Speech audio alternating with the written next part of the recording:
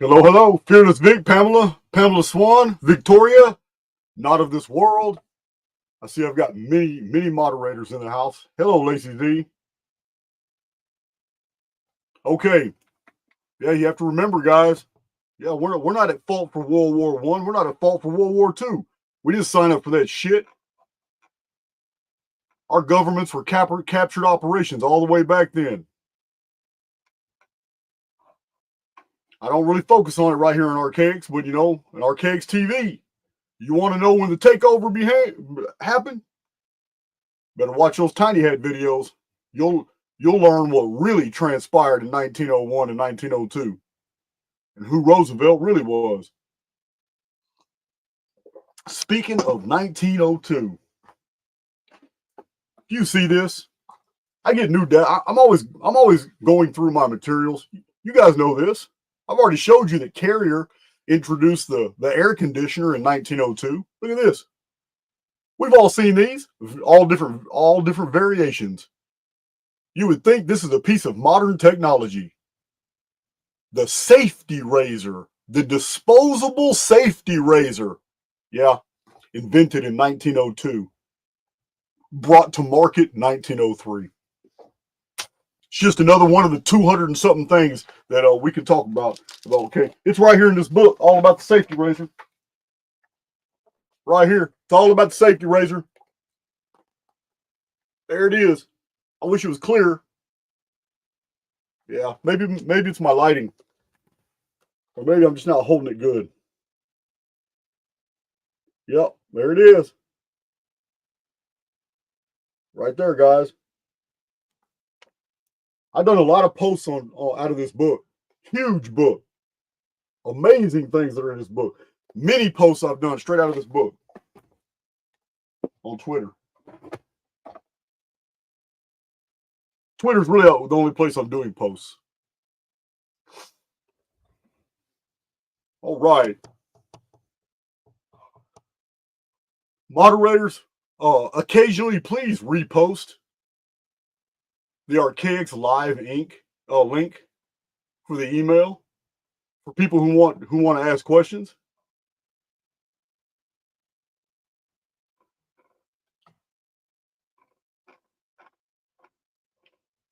I haven't even looked at the email yet, but I will shortly. I don't really have any announcements other than December 7th. It's going down.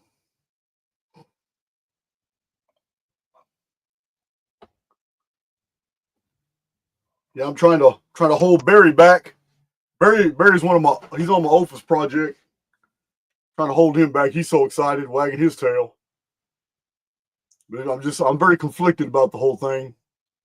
I almost want to just not bring it into beta testing and just actually do live demonstrations and show in real time actual moves that I'm making. Because I mean, in the end, results are all that matter. I really don't care about the rhetoric. I really don't care about what people believe or don't believe. I like to show results. I like people like ooh and all, like wow, that was amazing, and then use that as a data point and move on to the next one. And that's real. I'm kind of thinking about doing a bunch of office videos, live presentations where I'm just sitting there. Here's what I'm doing. Here's the moves I'm making. I might mess with silver. I might pick a crypto. I just don't trust cryptocurrency. I don't trust it at all. But I don't know. I'm so conflicted about it.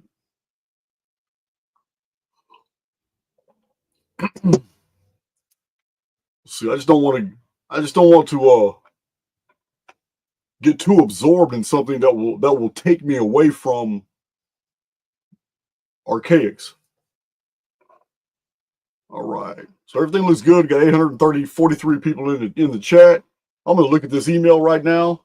I'm not going to waste a lot of time. I'm going straight. I'm go ahead and get people pulled on this screen. We never know. We never know who shows up. Tartarian Truce showed up last time. We never know. Wendy Flores, if you are listening, a heartfelt apology. I read your email and I am in absolute total agreement with you. I'm juggling hundreds of personalities on a monthly basis. But what you said made sense, and I apologize. And I'll do better, and I will respond to your email. I just read it this morning, about within an hour after you sent it. Let's see.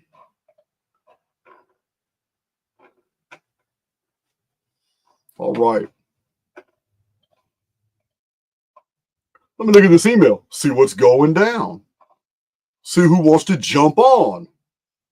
You don't have to you don't have to have a question, guys, to come on to the screen. That's basically the venue I'm promoting. But you know what? You don't have to. You can come up. You have an observation. You have something very unique you want to share. You want my opinion on something? Yeah, you can do that as well. So, you have some problems. Are you wrestling with certain information? Are there things in the Archaix model that are not comporting with other things that you have accepted to be true? Yeah, my community, they want to hear that stuff. Yeah, we don't run from those questions. You can come on with it. Just like yesterday, Pennywise. What? Oh man, did I call her Pennywise or Penny Weather? Penny something, New Zealand, I believe, had a good one. And I had to agree with her. I had to agree with her because I don't have the necessary data to say that she is wrong. Just because I haven't come across the information doesn't mean that I'm right. So I had to concede that point. See what's going down in the email. Oh yeah, coming on in. We got some emails here.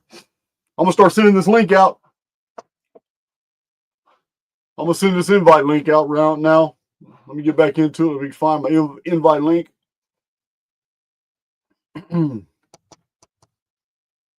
Penny whistle. That's what. Thank you, Miss Mr.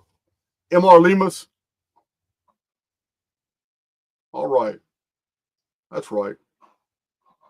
Pennywise. That's an old crazy clown.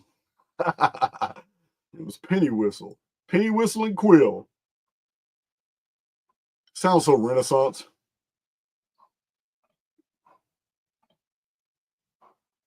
All right. Got that. All right, let me drop these links in this deal. Don't send an email if you don't want a link. Don't send an email if you don't want a link. All right.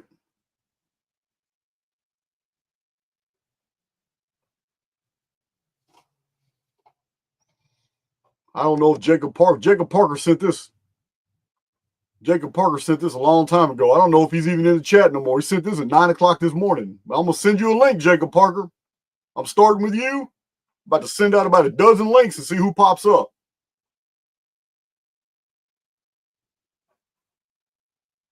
All right.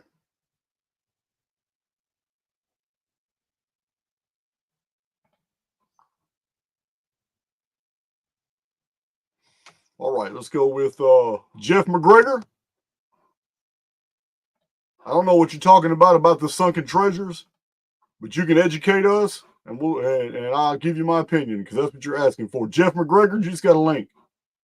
Marianne Cornford, I'm sending you a link.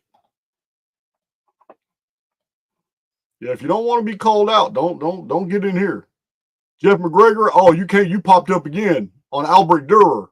Oh yeah, I like it. Albert Durer. Well, I already sent you a link, so you already got it. Christopher Lozano, I've known some Lozanos before. Sure have. Christopher Lozano, you just got your StreamYard link. Uh-oh, is that Jonathan Sherman again? All right. Jamie Robbins, are you on the list? I'm going in order. That's 2 people from yesterday. Don't let them be the only ones up here, guys. All right. JT Stratton, I'm sending you a link. I'm almost done with my links, guys. Joseph Saunier, sending you a link. Where are you females at? Like I said, you don't have to have a question. You can have a criticism. Let's discuss it. Let's see why you have a problem with something.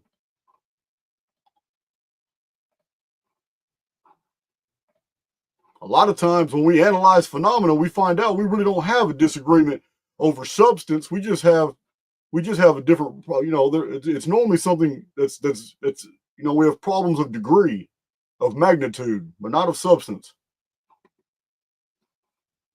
All right. Austin, you got yours. Oh, there's a female right there. It'll work, Donna. I'm gonna send you one right now. And 2 more links going out, and I'm gonna start pulling people in. All right, Donna, you got your link. All right.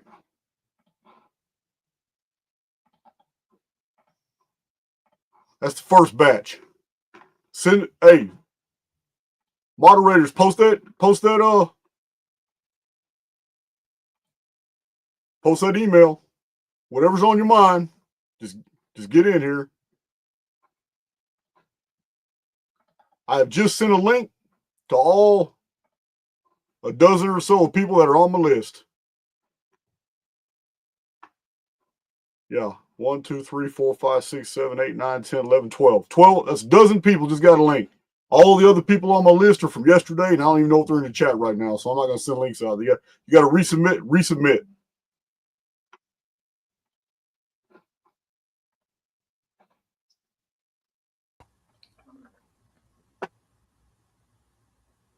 So we got Jeff M., Christopher, Donna. All right here. So you guys turn your mics off. I'm going to talk to Jeff M. first.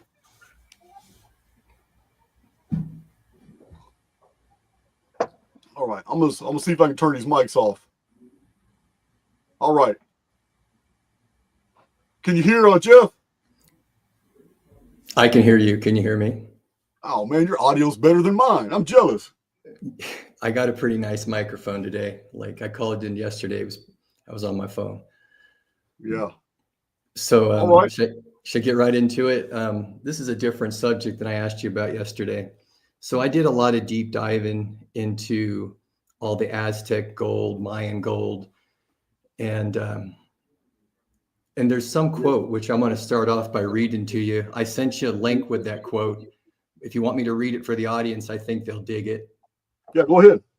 Now you're okay. talking about in the 14, 15, 1600s when the Spanish crown, the House of Castile and Aragon were sending all the galleons to the Americas and peeling the indigenous cultures for all their gold and silver. Right. Now this might have been the first actual story of where some of that gold came from. So the story here is Albrecht Dürer, the famous European painter, was taking a trip to, I believe it was the king of the Dutch Empire.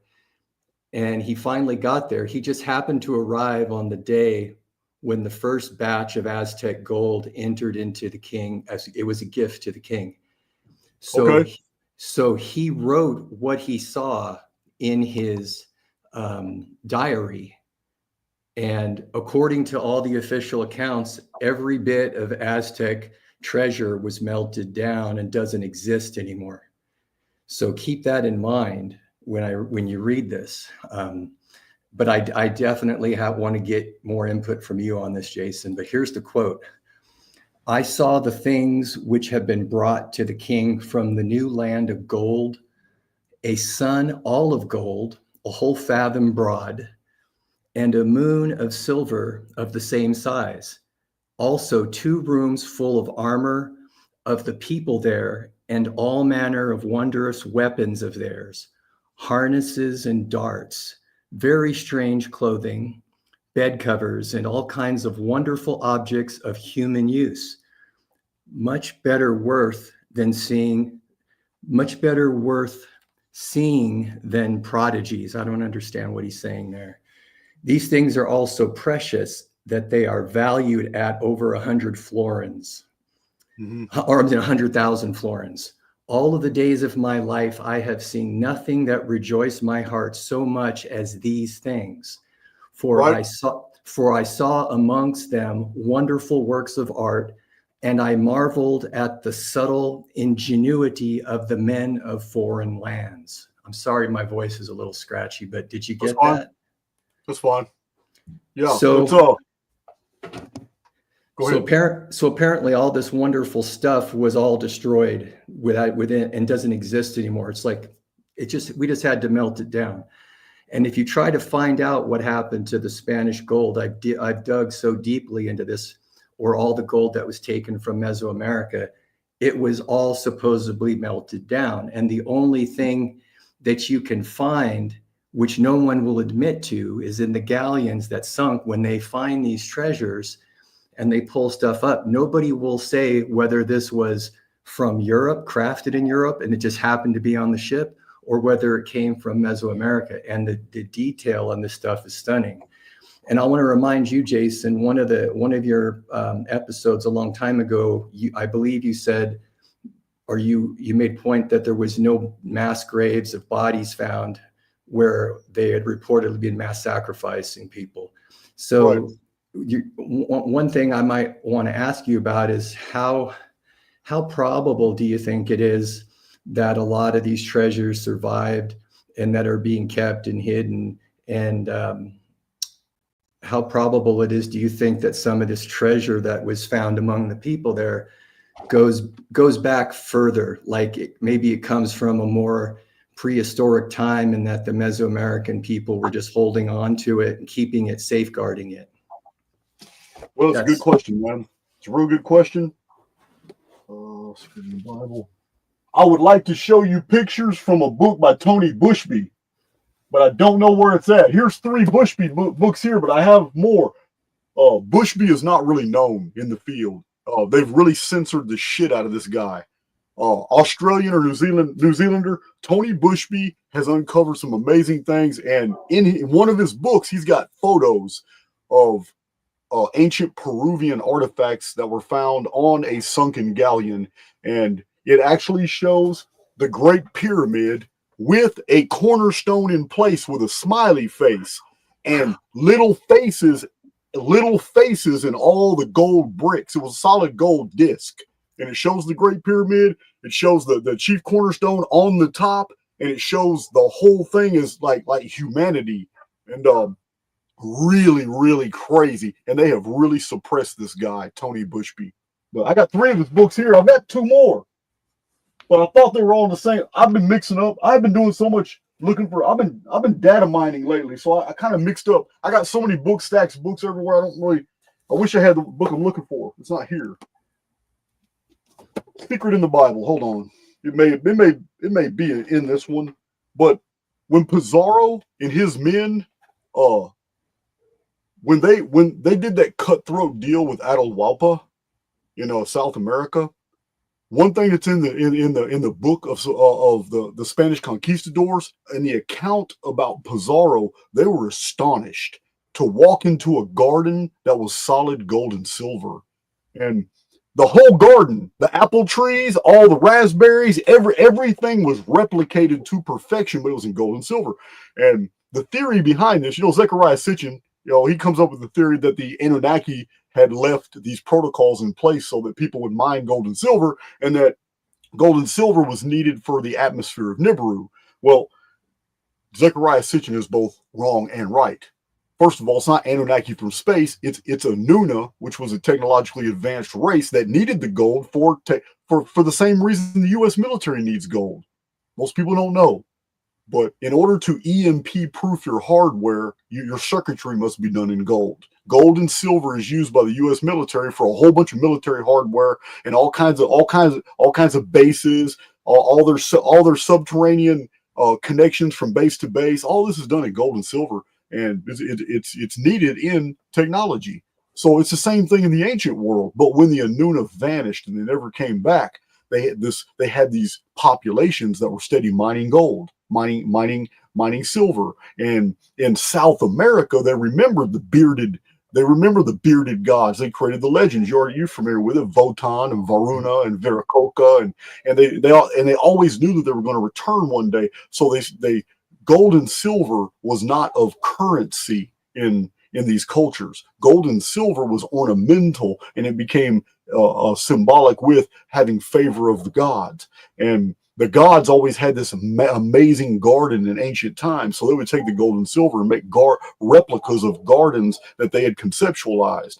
So I know for a fact what you're saying is true. The Spanish galleons did come, and they were taking some of these priceless artifacts. But I do believe that in the writings of Montesinos, he talks about how discretionary they were.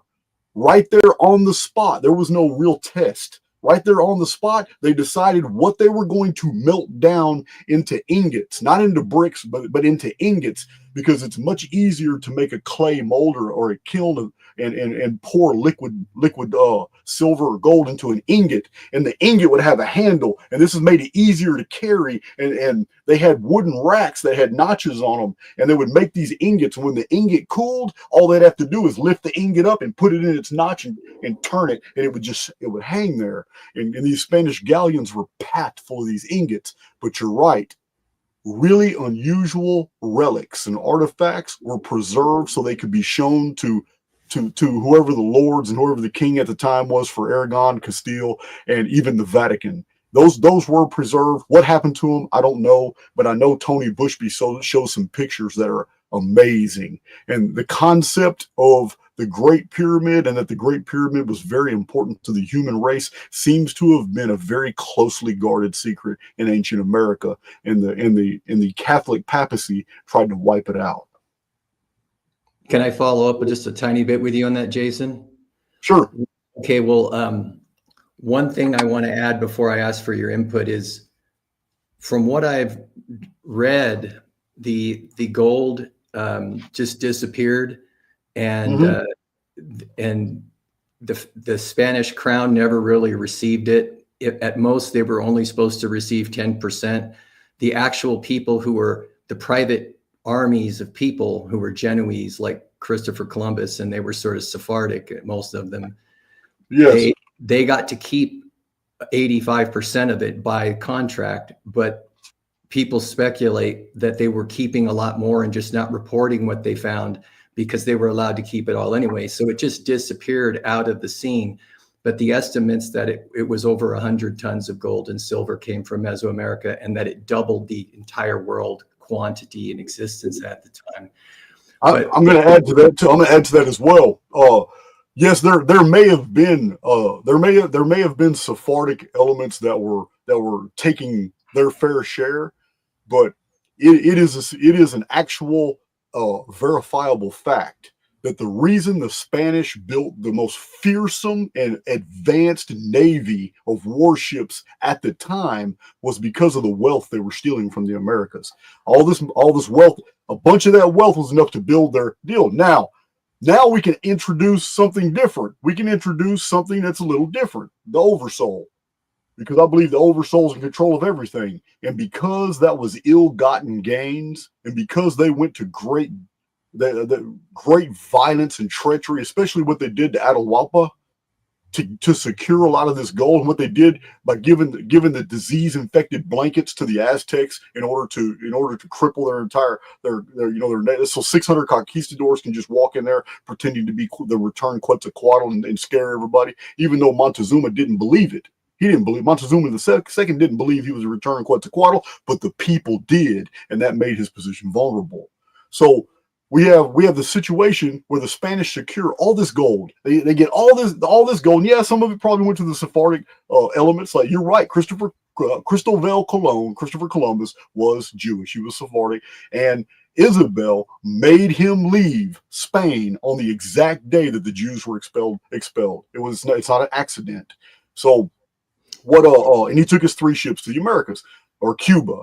So what we have here is ill-gotten gains. And it seems like there's a balancing effect, because after they built this massive super fleet that was feared by everybody, they're at war with Britain.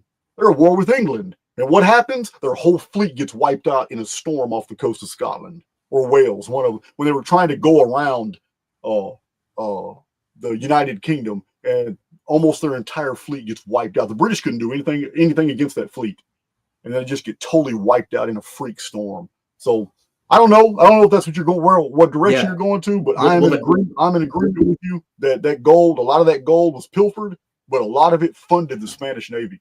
The final question, I'll stop, is what do you think about the significance of the sun and the moon that was described, this what Durer described, and could you speak more in terms of, do you think there was any influence of that back into Europe, into the alchemists? Because I know you've shown pictures of the past, that there's a lot of paintings that come out about the same time period with the sun and the moon. Right. So I'll end there, because I know a lot of people got questions, but if you could speak to that a little bit. And thank you, Jason. Great talking to you today. Yeah, Jeff. I don't really have an opinion on the gold disk of the sun and silver disk of the moon. It seems to be a very popular motif in ancient times. I don't. So what it really meant to the ancient, Americans, I really don't know. I don't really know what the significance would be. It seems that we're talking about events post 522 AD, and the reason I want to stress that is because in everything that I've been showing in Archaix, yeah, we have records of the ancient world, from the Greek era. And yes, we have records pre-Greek, before the Great Mediterranean Dark Age. We have in Archaix, we've shown the Old Bronze Age and the Middle Bronze Age, the two cataclysms that destroyed the entire world. 2239 BC, the Great Flood, and then the Ogygian deluge in 1687 BC. But we need to stress more when we talk about things that are after 522 AD, that we're dealing with artifacts, and we're dealing with traditions, and we're dealing with cultures that have gone through now. By the time 522 came, which really put us back to year one, it's about when 522 came around, the great 25-year Justinian darkness put humanity back to about 1 to 3% of the population. We're talking about 97 to 99% of the human race was gone, and very few people from each culture survived, and they were the ones that carried everything forward. And here it is, a good 1,000 years later, and we're talking about the Spanish going and taking all these things from the Americas. But even the ancient peoples of the Americas, as we read in Montesinos's works, they'd already forgotten a whole lot. They were basically mixing traditions and trying to piece together the history of the world, and they weren't doing a good job of it, other than preserving numbers like 2070, in the records of Montesinos. A very important cycle to the ancient Inca was 2,070 years. Well, we know that's divisible by 138. It's Phoenix number, and there's many other numbers in ancient America that add up to Phoenix numbers that are very, very interesting. So what it meant to the Peruvians or the Ecuadorians, Central Americans, the descendants of the Olmeca, we just really don't know, because what it meant pre 522 AD it would be something totally different. The world before 522 AD, when Rome existed, would be very different after the Dark Ages, because we started over and we didn't know shit. And that's why I'm always so focused on the Zodiac. I'm so focused on all these systems that people believe are super ancient. They're not. They are reconstructions, and not done very good, from older previously existing systems that are very different than the versions we have today. So I really don't know, bro, but I like the questions. Like the answers, Jason. Thank you. All right, man. I'm going to get to the next person, Jeff. Until next show. All right, Christopher. Let's see where you're at. I'm going to undo your mic. You there? Hey, Jason. Hello. So it's a pleasure speaking with you, man. And I've been incarcerated too in Texas. I did 13 years on a 15 for a crime that got me at the age of 14. So I relate with you as far as, being incarcerated and studying while you're in there. I did the same thing. Surprisingly, I saw the difference between people who get incarcerated and they follow the flow of things in the life in prison. And there's very few individuals that learn to break free unconventionally, whether it's locking themselves up and reading whatever spiritual books, or in your case, like historical books. I've never heard of anybody like you. And I wish I did, because since I was in there, since I was 14, I try to look for mentors that'll steer me right, but you don't find them in prison. What you do find are liars, thieves, and other people. We're in there because we committed crimes or did something against society, right? So point is that I just want to tell you that from one ex-con to another ex-con, man, congratulations for making it and doing some positive stuff afterwards, because I was at 28 years old when I got out. I was completely lost. I didn't know how to function in society. So all that said, I want to say that, well, I have a question concerning the NPC role, right? Because I think being able to be around the same people over and over and over for years, I've gained the ability to read men more so than women. So I can read men fairly easily, whether they're, whether they're fearful, respectful, nice, humble, spiritual. You get that feeling who's lying to you or whatever. So when I'm walking into Walmart and what you said about playing Dungeons and Dragons in prison, I relate to that too a few times. These NPCs that are like employees or managers of certain places or even just neighbors, is this a possibility in your theory, in your belief system, that people, like when you walk into a Walmart, that not everybody in Walmart is a real person, right? Since this is an illusion. I believe I've learned a long time ago in my life journey that I did believe that everything was an illusion and that life was temporary. So I don't hold on to too many materialistic things, but knowledge and wisdom, I gravitate to somehow, and I pick it up. So what you have in your show, man, being able to use the calendar system, our history, and kind of break the mental barrier that we set for ourselves to think outside the box, right? That's amazing. My question, I guess, to refine it is this how you see the NPC like theory, like that everybody or a lot of people are not really who they say they are, that they're just actors or not even themselves, because they look real, they feel real, but when I really think about it, I don't know their history. I don't know the person who's checking out my groceries for me and telling me it's $5.99. I don't know if they're really who, you know what I'm saying? Like, is that how deep it is? The illusion? Sorry, go ahead. So, okay, first of all, I'm gonna get to NPCs in a second, but because you came on my channel, I would like you to tell my community one thing, because there are a lot of people who don't believe that. I don't know about now, because I heard a rumor that they got tablets in TDC now. But I've been telling everybody that there are books that are over 100 years old being shared from cell block to cell block to cell block by guys in prison. And this is where this is how I got my education. Texas prison has books going back a long time because they never throw anything away. Prisoners keep books. Would you please tell my community how many books you came across when you did your little sojourn through Texas prison? Not everyone can say that they went to prison for a long period of time and say that they had some sort of enlightenment, some sort of awakening within themselves, because it's just everyone's in there's a sheep. Whether they act like hardheads or whatever, right? Or Christians or whatever. But books are good books are fairly rare in prison, floating amongst inmates. They pass certain good books to each other. Library books are also in there. I was unlucky enough to go to one of the older units, like I think it was in Brazoria. The nickname was Burning Hell. It's where they sent all the youngsters. Clemens. That was my first Clemens prison. unit. Clemens unit in Brazoria County. Yeah. Yeah, Burning Hell. My time was around Houston. Rock and Robin, Pulaski unit, Gib Lewis.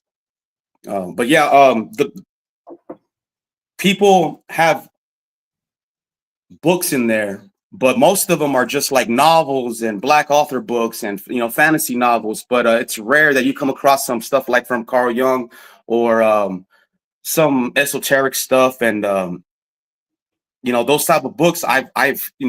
I've got the privilege to like know people who had those books and read them.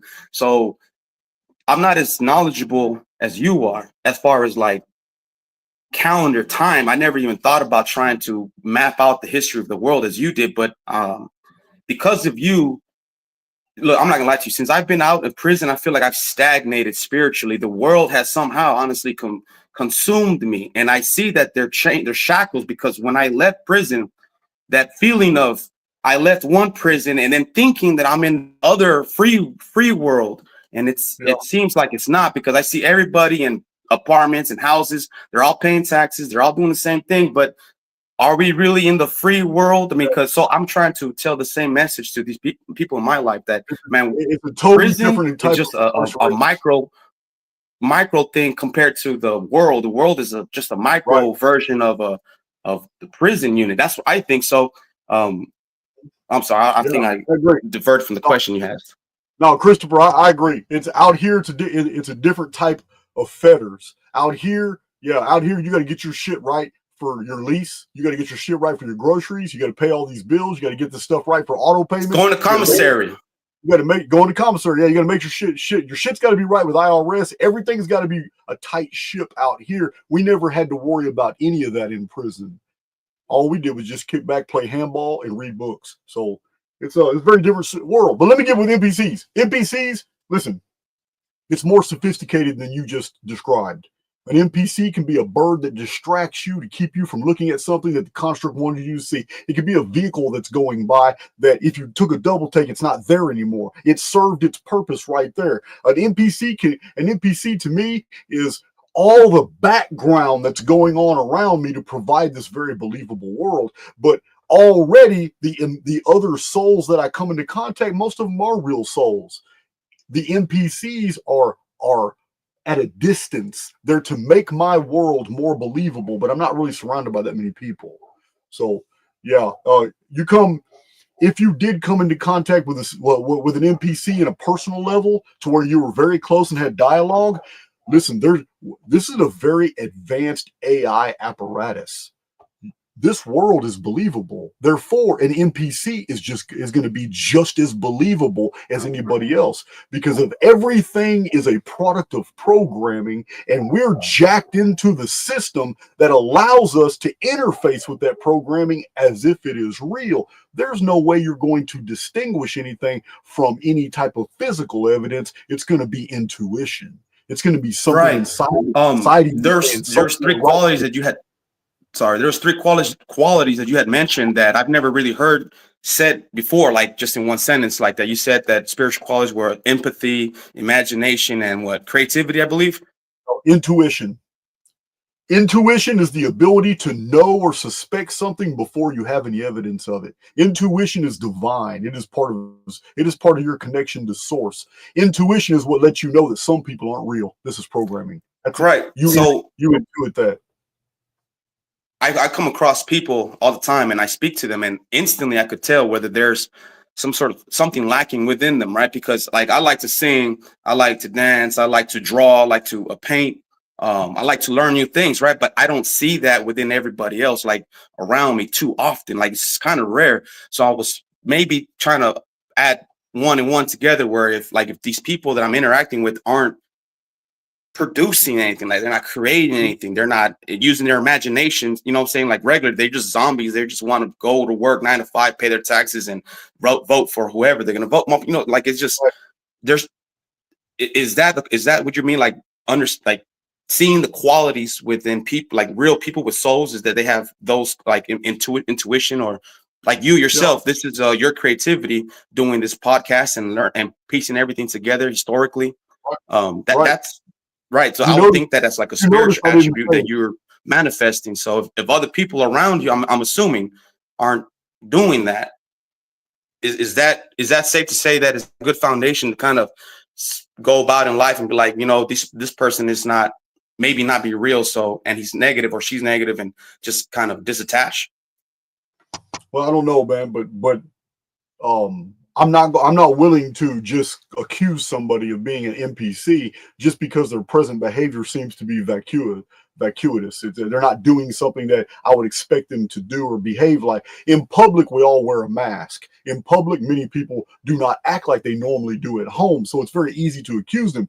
But also, the NPC phenomenon is even deeper than that. You've seen this. What I'm about to explain to you right now, you've seen this behavior before.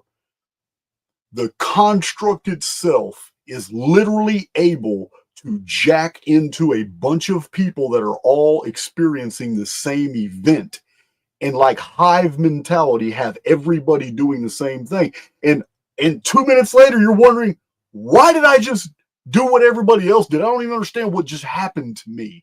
This happens in crowds a lot. Like when you see somebody beating the shit out of somebody else and no one's coming to help, and the whole crowd just watches and nobody reacts. It's almost as if your own personal avatar in programming just got overrid, and then after the incident is over, you snap out of it like man, that should have been me over there breaking that up. That should have been me over there helping that lady out or whatever. But you didn't do it initially, which is totally against your instincts. It's totally against everything you stand for, but you still did it anyway, and so did every single other person that observed that. Sometimes there are events in the construct that the observers' natural reactions are overridden by the construct itself, so the event can take place.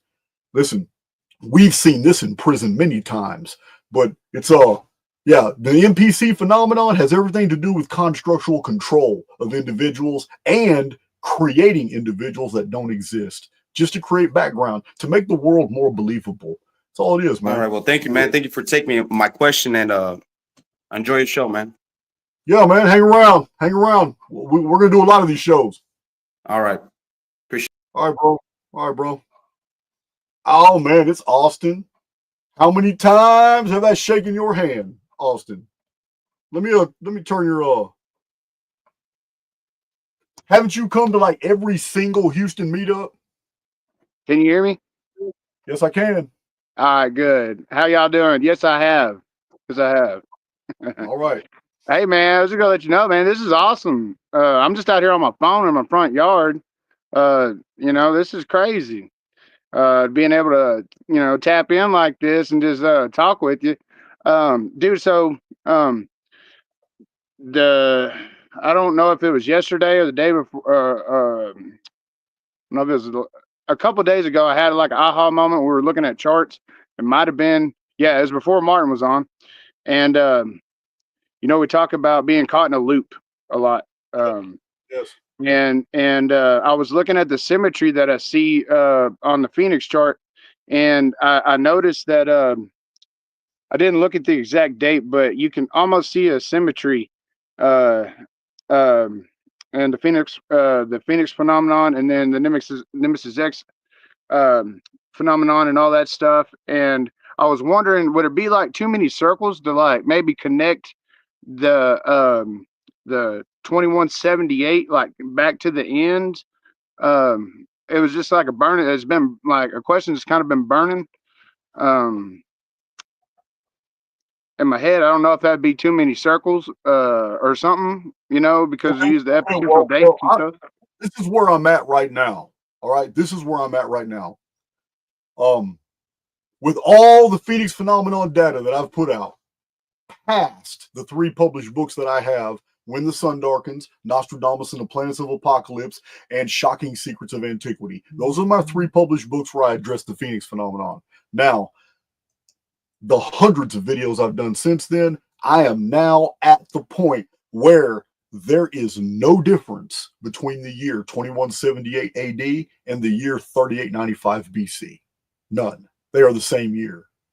The only reason one is 3895 BC is because that's the programming in the past. That's the start point. But the start point is also at 2178, and we're heading toward there now. But once we hit 2178, it's gone. It's like a collapse protocol. Once you actually achieve that in the timeline, it's not 2178 anymore. It loops. You guys have seen the loop, the permutation. 2178 does not exist. As soon as you hit it, it's 3895. Right. It's total reset, and it's everything. All the timelines start back over. Yeah, I remember leading up to, it's kind of now, it's kind of like a given that we're kind of like, at least in our little low community that we're on like a big old loop. But I remember, watching. I'd see you kind of hinting at it, but you kind of had to, make sure we had a certain amount of data first before you could just drop that on us. And, but yeah, I don't know. I remember when it dawned on me, like, that's what he's saying, that we're in a big ass loop. We are. Yeah, and I got probably about 5,000 questions. I could jabberjaw. I'd like to give a lot more of these folks a chance to get on here. Thanks for having me on, man. Nancy Neal sent me a text just now, said that she was going to try to hop on here. So let's see if she does. And, you know, if As you soon can as be I got, as easy, huh? yeah, well, I got these on the screen, Jonathan Sherman, and then I'm gonna go back to the email list and see all the new ones. Okay, cool. Well, I'll let them hop on then, man. Thanks for having me on. All right, man. It's good talking to you again. Am I gonna see you on December 7th? Yes, sir. All right, man. All right. Yeah. We'll see y'all later. All right. Peace. I like those Houston meetups. That's a big room. I like that one. Yeah, they're very special to me. All right, man. I'll holler at you later, Austin. Yes, sir. Marianne, Mm. patiently waiting on the sidelines. What you doing, Marianne? Hiya. Um, really nice to meet you, Jason. To talk to you. 'Cause I think the stuff you put out is just like mind blowing all the time. The amount of content that you put out and the quality of it, and the community is lovely as well. Like the people that you talk to in chat are like aware and really nice as well. So it's lovely. Um, It's just a whole community that are basically fed up with hearing a bunch of BS. That's all it is. It's tired of hearing a bunch of BS, right? yeah. Yeah. So my question is, when you a couple of days ago you spoke about Velikovsky predicting how hot Venus is, and then when they had the technology to measure it, they found out it was really, really hot. Yeah. Do you think that's because it's plasma, like really hot, like electrical plasma, or a physical object? But I have trouble answering that question because when I'm talking about Venus, I'm talking about what's in the written record. I'm talking about the studies of Immanuel Velikovsky and how the scientific community ridiculed him, saying he's full of crap. And they tried to discredit his chronology of the world and the things that he had wrote in Worlds in Collision, because it's basically a treatise on catastrophism. And yet the scientific establishment in the 1950s and 60s that had to deal with Immanuel Velikovsky, they were all uniformitarians. They couldn't stand this guy, but they couldn't disprove him.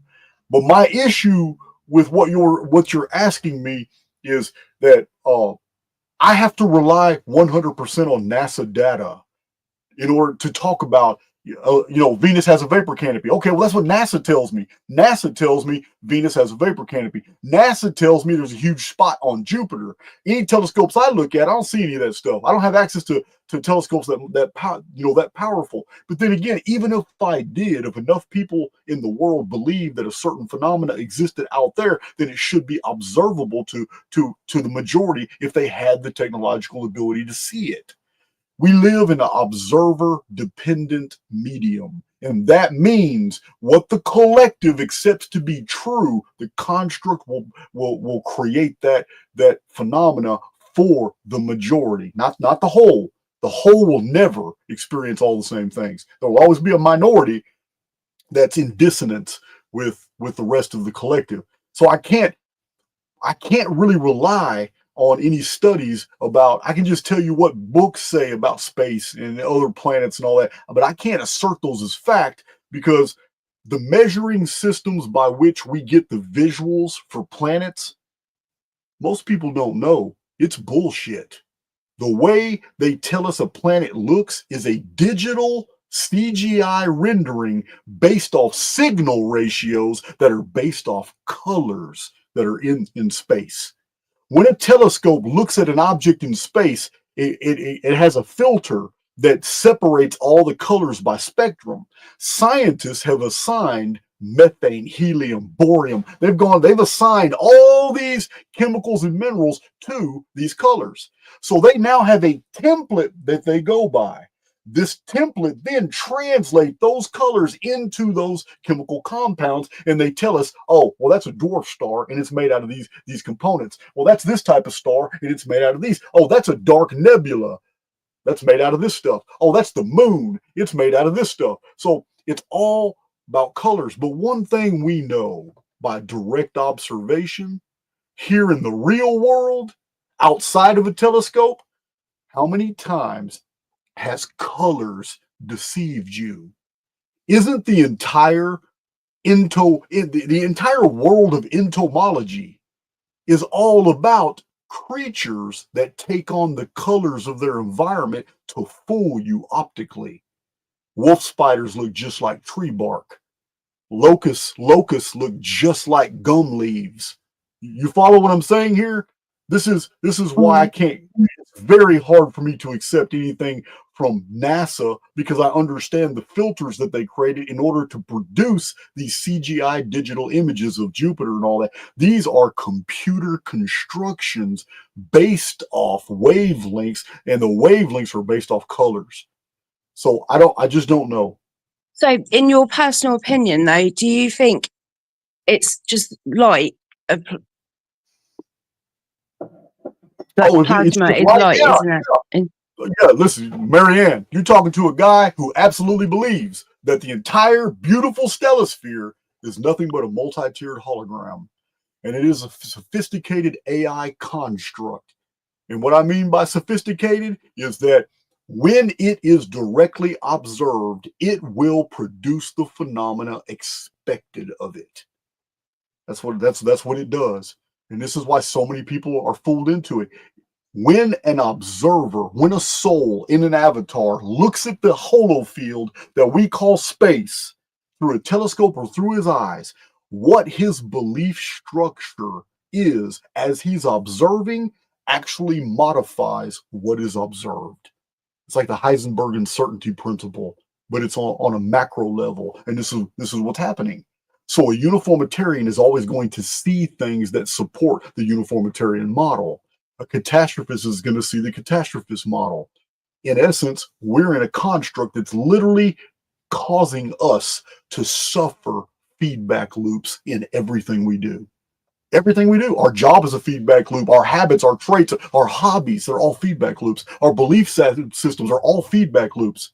Everything. Science is a feedback loop. How is it a feedback loop? Because it will always produce the evidence for what you already believe to be true. So, yeah. I didn't mean to go that deep on it, but that's when we're talking about space. Yeah, man, I can't. You know what? Let NASA have it. To me, NASA is nothing but a tax. All that money ain't going to sending things in space. They're doing something else with that money. Yeah. It's just Thank you. Can I ask you just one more thing as well?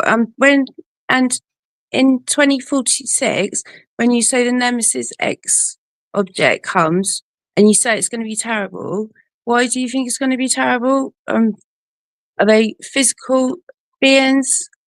No, sorry, I'm talking about 2052. Why do you think 2046 is going to be terrible? Well, I have to base it off the 792-year periodicity of the Nemesis X object from 3439 BC, and then all the way to 1314 when the seventh of the seven comets over Europe terrified Europeans, and the seventh comet was described as a giant black darkness that eclipsed all the stars.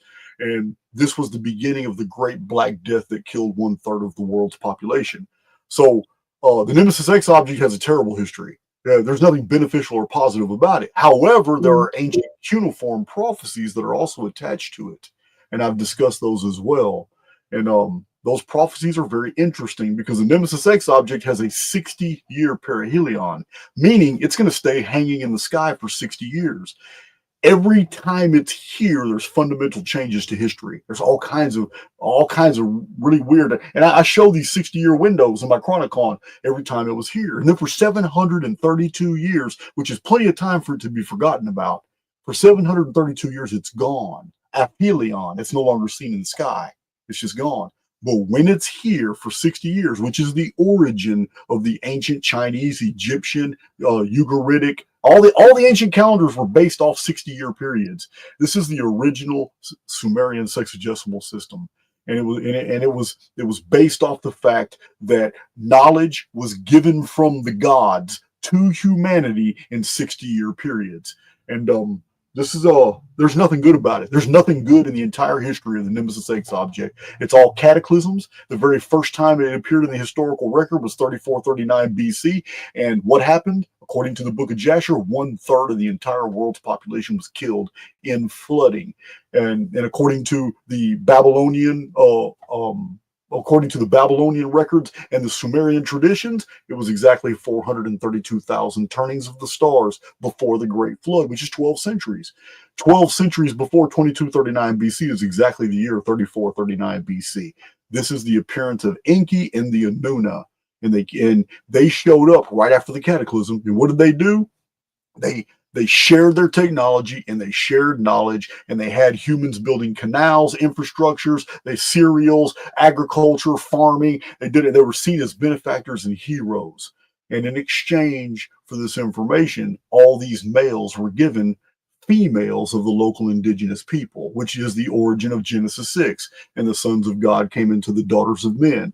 So this is a story that's been told over and over and over from different perspectives. It doesn't matter if it's Quetzalcoatl or Varuna or Viracocha or Votan, Bokika. This is the same story over and over and over with sea crops, Ogyges, these civilized Oannes of Babylonia. These same civilization builders always came from over the sea. They always came and they helped and build a civilization. They were civilization builders. They were always long bearded, and they always departed right before a terrible disaster, promising to return at a future time. This is the story. Thor Heyerdahl in the 1950s and 60s has documented this phenomenon better than anybody I've ever seen. Second to that would maybe be David Hatcher Childress. Okay. Thank you for answering my question, Jason. Thanks, son. It's really nice to talk to you. Right. All right, Marianne. Till next time. Okay, thank you. Bye. All right, Gorma. Center stage. Oh man, hold on. What happened to Gorma? Oh, There sorry. you go. Hi. Thanks for this live. It's like my first time, so I'm a little nervous, but I was at the Virginia Beach meetup, so that was great. Met a lot of people. My question is, because I come from a background of being Liberian and then come into the States because of war. So I remember you and I talked about Monrovia. Yeah. And so one thing about Africans, we're used to like disasters and upheaval and having to move back and forth. Right. So I'm learning more about that history from the US and going back and forth. But what I wanted to know is, what are the regions that you would say would be safe places to avoid like the big catastrophes, like as far as in the US, if I wanted to stay here? Well, I'm going to answer your question, though. I find it distasteful. Not your question, but I find my answer distasteful, because I hate to have people acting on information when it's incomplete. Okay. Well, before we can really know all the safe areas, I don't really have time for this right now, but I know other people do. But somebody really needs to get out a map of the world and basically outline the subduction zones, the areas that we have absolute geological proof of, areas that have suffered a lot of subsidence or a lot of upheaval, like the Urubamba Valley, like the whole Andes Ridge, where all those cities are 12,000 feet elevation, and yet when they were built, they were at sea level. Lake Titicaca, 12,000 feet elevation, but it used to be a saltwater body attached to the Pacific. So if somebody could do that map, and then that's the first phase, basically outline the subduction zones, areas that we can pretty much ascertain are either going to go up or down. And we know that happens very fast, like in 1902. Because in 1902, an area of the Gulf of Mexico, or known as the Atlantic, right off the coast of Martinique, sank 3,400 feet in one day.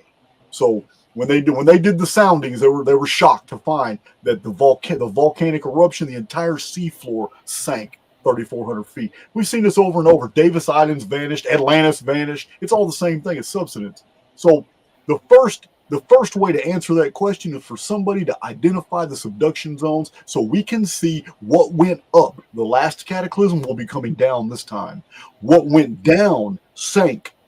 What got covered in volcanic resurfacing, like in India, called the Deccan Traps. These areas need to be marked. The second phase of that map you need to put a body of water where every desert is in the world today, because that's what they are. Every single desert is a former sea, every one of them. Every one of these deserts now need to be turned back into seas or extensions of the ocean. That's the second phase of the map. The third phase of the map, what you're going to have to do is lower the sea level. You're going to need to lower the sea level about a good 70 to 80 feet. That's my estimate. Could be as much as 100 feet. It's going to expose more land on the deal, but that's the problem. We're talking about 2040 return of the vapor canopy. We're talking about a lot of the moisture that we have is going to disappear back into the sky. It's going to thicken the mesosphere. A lot of the ice that we have in the ice packs is going to very rapidly disappear. And I believe that's why all the activity in Antarctica is going on today and all the misinformation about Antarctica is going on today. They know what's about to happen. They know that there's going to be a whole lot of free real estate open to them in Antarctica very, very quickly. And it's going to happen in 2040. They're already preparing for it. So believe me, our governments, our militaries, they already know these things. The very existence of the Piri Reis map, the very existence of old Viking maps that show ice-free islands in the north, the very existence of the Turkish navigator map that shows Antarctica with its valleys and rivers free of ice is absolute proof that we did have a vapor canopy in recent times. I believe it was 522 AD in the 25-year Justinian darkness period. But it doesn't matter when it was. We just know that it was pretty recent because these maps exist, and they cannot have existed all the way from the uniformitarian Ice Age period. So to answer your question, we need to know the subduction zones, and we need to reverse the effects. The whole Andes Ridge will now be going down. You understand? The whole area that's outside of California, called Death Valley, and that whole New Mexico, all that was recently a sea. It will be returned to a sea. The Gobi Desert will be returned to a sea. The Sahara Desert will be returned to a sea. So will the Chinese Taklamakan Desert will be returned to a sea. The empty quarter in Saudi Arabia will be returned to a sea. Every desert that is sand was once sea bottom, and it was very, very recent. So these three things need to be done. And then once you look at the world map, after these three things are done, and these three corrections are made, what needs to be done then is anybody in the Americas that's near a body of water needs to go high. They need to go inland because we're talking about tsunamis of the Gulf. We're talking about the Gulf being put in the middle of the United States.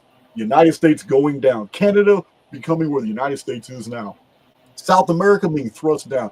We're talking about Australia now coming all the way up to the equator, shoving China and Mongolia straight into the Siberian area, into the Arctic.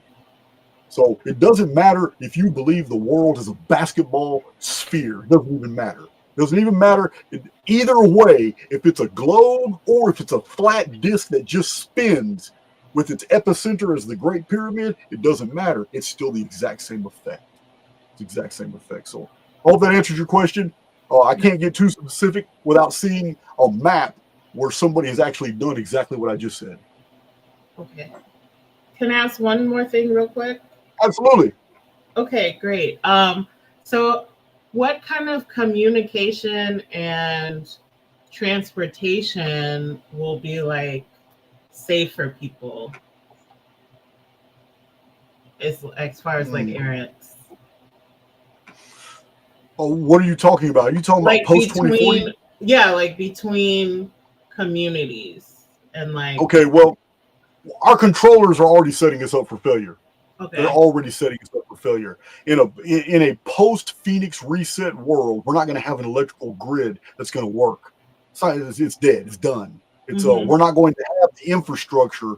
Well, I mean, people are going to have their propane tanks, but nobody's manufacturing propane anymore. So how long is that technology to last? So the gas pumps. I mean, think about the show The Walking Dead. The survivors were just harvesting resources everywhere they went. It's like a steampunk society where we're trying to get things done. But this isn't a normal Phoenix Pass. 2040 is a big one. It's not the epic one, but it's a big one. It's way bigger than the one in 1902. And I've documented the shit out of 1902, but 1902 was still very minor. Even on the timeline, it was minor, but not 2040. 24 is a very serious one. Nostradamus publishes about 2040. Very serious. He also mentioned the Phoenix. But Mother Shipton describes it perfectly. 2040 is one of the epic key dates in the rectilinear dimensions of the Great Pyramid itself. 2040 is bad. But this isn't a normal period that's going to be entering here because it's followed by 2046. So whatever infrastructure is intact in 2040, it's gone by 2046. And we're already being set up for failure because we have spent a prodigious amount of energy and resources on solar panels and on wind turbines. What did the Book of Revelation say as soon as the sixth seal is broken? And there is no more wind. Yeah. Why? Because of vapor canopy. That's what Revelation's about, the return of a vapor canopy and everything that we suffer because of it. So with no more wind, all the wind turbine technology is dead. With a vapor canopy returned, which we've already had 2 or 3 of them in the past, with a vapor canopy returned, what are solar panels going to do for us? Nothing. So we're already being set up for failure. These technologies are specifically by design. They do not work. There are windmills all over the United States. My trip last year to San Diego, I filmed a bunch of them. Fields full of thousands and thousands and thousands and thousands of these giant towers. They're not producing shit compared to the energy input in manufacturing. They're just not producing it. It's a setup. And all these, I also took pictures of all the solar farms. Yeah. Massive solar farms, and the entire solar farms get wiped out in a single hailstorm. A single hailstorm wipes out the whole thing. So, yeah, it's what we're gonna do post 2040. I'll be 67. What we're gonna do is we're gonna rely on the oversoul to provide those answers when they're needed. We're gonna rely on the oversoul. We're going to rely on the oversoul to protect us the same way the oversoul protected every other human survivor and every other cataclysm in the past. We're not going to worry about self-preservation because all that does is invite phenomena into our immediate existence from which we need to be preserved from. No, we're going to rely on the oversoul to give us passage or go ahead and remove us from the construct because our work here is done. Yeah, we're not going to worry. We're not going to worry about it. We're going to go right through it. And those who are supposed to go through it to experience what needs to be experienced and spread the word in a post-reset society, they're the ones that are going to survive because the oversoul's in charge. I'm not, and you're not. And neither are any type of cataclysm protocols, and neither are the elite who are always hiding underground every time this phenomenon occurs. But every time this phenomenon occurs, there are survivors. There are colonies of survivors. Sometimes whole cultures remained intact, and they go right through it. Yeah. So I'm not going to worry. I'm not going to worry about it. You're not going to see me talking about any of that. Okay. Thank you very much. Yeah, man. It's good talking to you again. Okay. You need see you in Houston. Oh, okay. You come to Houston too? Yeah. Man, we have a party in Houston. All right. Excellent. I'll see you in a couple weeks. Okay, thanks. Bye. Mr. Sherman. Oh, let me take this off. There we go. Can you hear me now? Yes, I can. Oh, fantastic. Great to be with you. How you doing, Mr. Sherman? I'm doing well, buddy. My Niners just got smoked, so I'm glad to be talking to you. Watch the sunset. like the hat. Got some thanks, class. brother. Thanks. The thrift store giveth. I got questions about the Colburn. Pretty much after discovering you, and I was raised in Christianity and the Bible, and going through your material and the consequent, dark night of the soul after you find out everything you believed is a lie. Right. I shortly thereafter, by providence, I discovered the Colburn. and I just cannot ingest enough of it at this point. It's supernatural. It's fantastic. It's amazing. And I'm wondering, a lot of the early writings that were taken over pretty much the same time as the Exodus to Britain by the Phoenicians, they referred to this the Great Book. It was this Egyptian Great Book that a lot of the writings were based off of. Mhm. And I'm wondering if you've discovered any mention of that in your reading, and I also wanted your take on the Colburn, because there's so many different descriptions in all these different chapters, vivid descriptions of the Phoenix, that I just wonder why it's not more widely disseminated. And, anyway, I'm your gonna tell take on you. the Colburn. I'm gonna tell you now. Listen, Colburn Bible is far more authoritative than the Book of Exodus. It's the same Hell story, yeah. but without all the Jewish manipulation and Jewish dressings. Remember, these Totally. people injected themselves into a story for which they do not belong. Yeah, Now, they were a side note. They're a mention in it. yes, the Colburn Bible is the ultimate source, but it shares commonalities with other historic cultural texts that have also been demonized by academia. The Colburn Bible shares the same criticisms as the Book of Jasher, which is a chronology and based off Phoenix periods. Book of Jasher is amazing in its chronological material. So Right. the book of Jasher, the Colburn Bible, Mother Shipton's poem, The Orlind. The the Orlind. Orlind manuscript. There's a fifth one. I'm not thinking of it right now. But the The common Orlind is denominator, gnarly. yes, the Orlind too. But the common denominator between these four, there's a fifth one I've mentioned before. I can't remember right now. But the common denominator between them, there's two common denominators. One is that academia has gone to war against these, trying to discredit these texts. And Right. two, all four texts concern the Phoenix phenomenon, but from different cultural vantage points. It's from the vantage point of the culture that experienced it. And yeah, the Phoenix phenomenon is in all four: Orlind, Mother Shipton, Book of Jasher, and Colburn Bible. Yeah, it's crazy. What I found in the third book, called the Book of Gleanings, there's a couple of chapters. One called the Voice of God. Another one is the Soul of God. But the Voice of God chapter, essentially, I mean, again, written predating the state of Israel and everything else that they could have written, like 300 BC, as far as we can tell. All this stuff is monotheistic, and like that one chapter is the closest thing to Christianity, spiritually speaking, without Christ and without Jesus, without the Bible. I mean, it's right. And I'm wondering, was there a prime religion create? Because this is the same time as the Israelites, Exodus.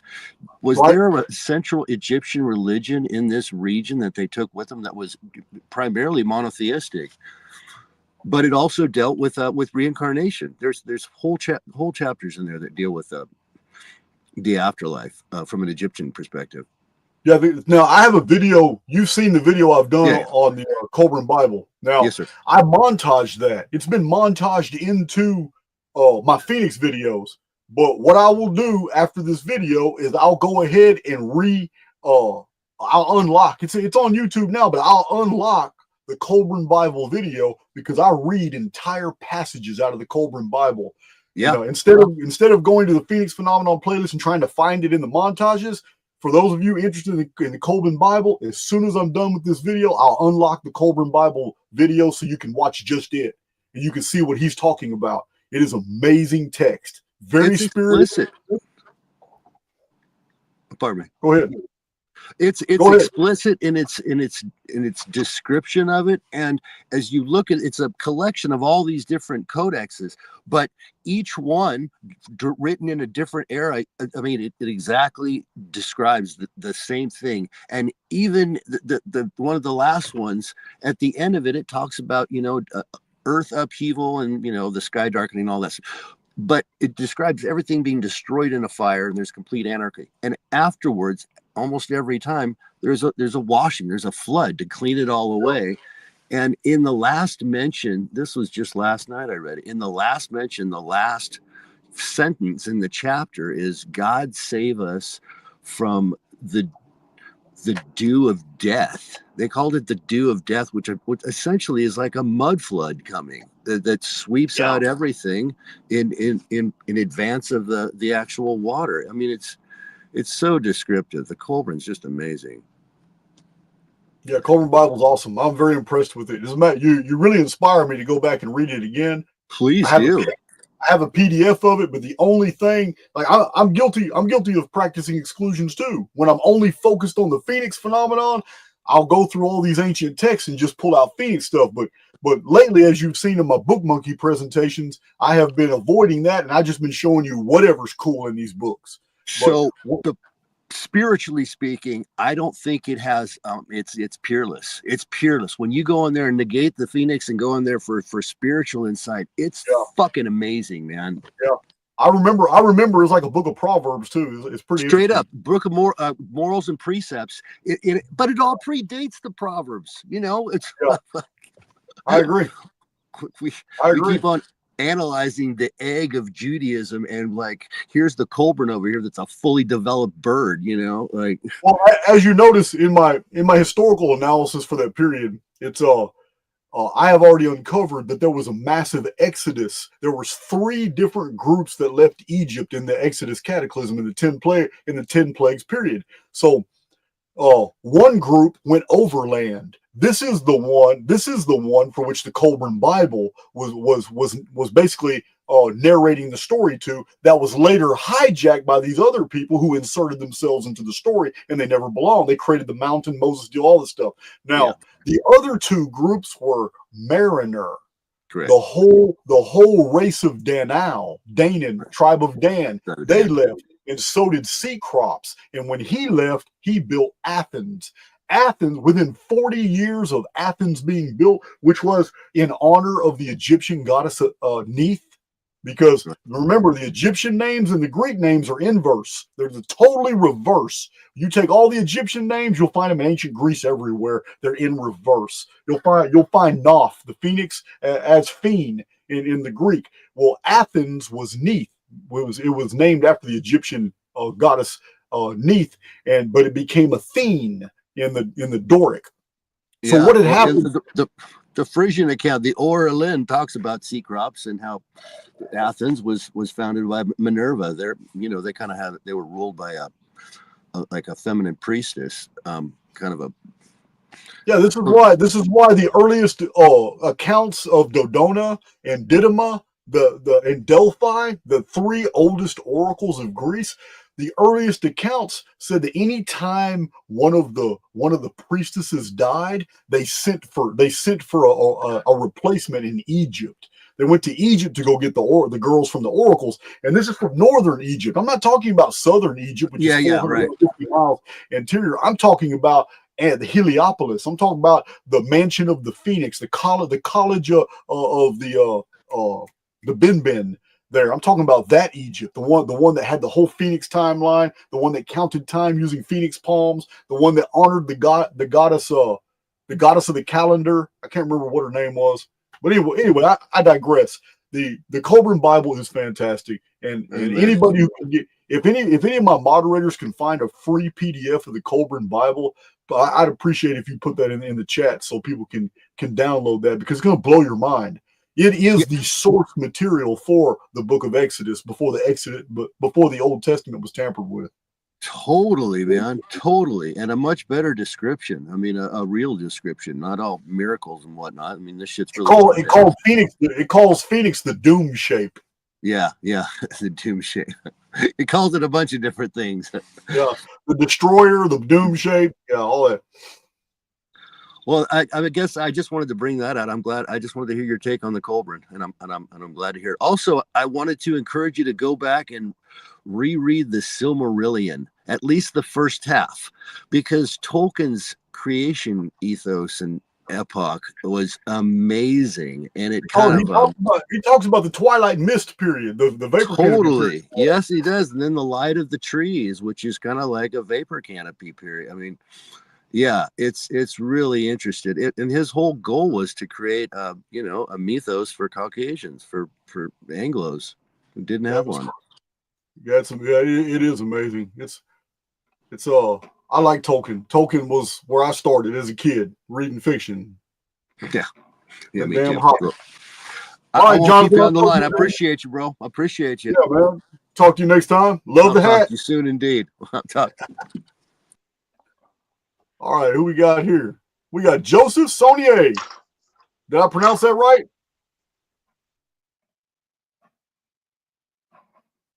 All right, Joseph, you frozen. I think you froze up on us. Yep. I think you froze up on us. Joseph, you there? All right, we're gonna come back to you when your signal's better.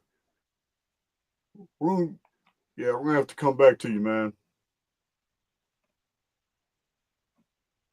I can't even mute his mic.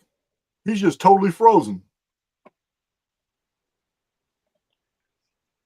You'll have to come back in, get a better you'll have to come back in.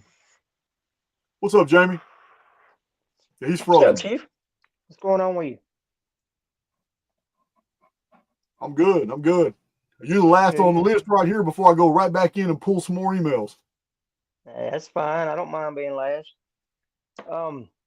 I only really have one little thing to talk about as far as a question, but I do want to address the chat and all the errants. I want to apologize for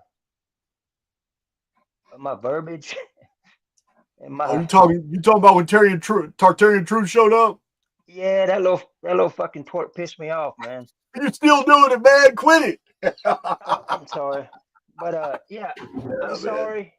I mean sincerely. I went back today and I looked over it and I was like, oh my God. I mean, I was embarrassed. That's all right, So man. I swiped them all. I cut them all out. I deleted them all just in case anybody was to be late to the party. Because yeah, it took me out of character. And I get it, man. I get it, man. it, Say, listen. yeah, You can't. You already know, man. When you and I have had some private talks, you I already just don't know, like man. him. Just I get it. I understand. Yeah, He knows who he's working for. He knows what he's a part of. He knows what his agenda is, and he just yeah, laughed it off. He didn't really deny anything. The man knows, and it's all good. It's all say, listen. When yeah, I signed up for this, bro, I signed up for all of it. You understand? I signed yeah. up for all Yes, of it. sir. I got real thick skin. I'm Sir. human. I get mad from time to time, but I'm human. But I got real thick skin, man. I'm doing exactly what I'm supposed to be doing. And you know what? A Yep. whole world can come against me, bro. And you already know. It's just gonna make. I'm gonna be more resolute. I'm gonna be more firm, and I'm just gonna push even harder. I just don't have any backup in me, bro. And you know what? Sometimes you got to meet your enemies at the table, man, because Yep. in that type of mutual respect, you'll gain some insight that you wouldn't have got otherwise, bro. Yep. So, I mean, I've told many people, Jason Bashir is by far the best spiritual alchemist that I've ever come across. I appreciate it, And man. yeah, I mean, it's just amazing to watch sometimes. It's like a freak of nature sometimes. I mean, stuff that would just freaking boil me down to a sludge, man. It just kind of just Listen, rolls off of you. I got to take it. I have to take it. You got to Yeah. understand. Cat's out of the bag, Billy. If I'm gonna give it, I got to take it, bro. It's simple as that. Bingo. I got you. All right. Hey, I got this thing. I don't know if y'all can see this or not. It's kind of a rudimentary drawing, but I came across it today, and it's deals with the Egyptian Ankh, the little power symbol, the life symbol of Ankh, and then I also came across one, and it's the Tanit, Tanit, Yes. and it to me it looks like the Sumerians have in a way hijacked the Ankh, which was initially a good thing, a positive thing, Mm-hmm. like a life force sign. Okay. And it, the Ankh goes back to like 2500 BC, and then the Tanit came in around 4 or 5 BC, which is a long All right. time after. And they're different. They look a lot alike, but they're different in the way the Tanit closes off the neck part of it, like it's choking it, and it's also got like a little half moon or a half sickle up, up above it on top. And so I went back to all kinds of materials and pictures and images today, and I was looking, and you can tell how they've inserted the Tanit where the Ankh is supposed to be represented. So it's Right. To me, it's a pretty nefarious hijacking, I guess you would say. Yeah. Do you know I don't. anything about that? I haven't looked into that. What you're talking about? You can show it to me in Houston. Yeah. I just don't. I haven't really looked into it, what you're talking about now. I do want to clarify something about this massive amount of focus on the Sumerian traditions. I need. Okay, first of all, we need to break out of that. We need to break out of that bad, because Zecharia Sitchin is the one that put this massive amount of focus on this. Everything began at Sumer. Everything began at Sumer. Everything began at Sumer. And there's many books. There's even books that are titled "History Begins at Sumer." Okay, Yeah. let me dismantle that real quick. There are no mountains. There's no metallurgy. Many of the geographical features that are mentioned in the Sumerian text cannot be found anywhere in the Tigris-Euphrates basin. What we have here is the preservation of a historical period that, one, didn't even happen at that location, and two, was by a totally different people. The Sumerians were the black-headed people, and they inherited this information from a mariner race that came by way of Dilmun, and then basically integrated among them, but remained superior to them. And they had technology.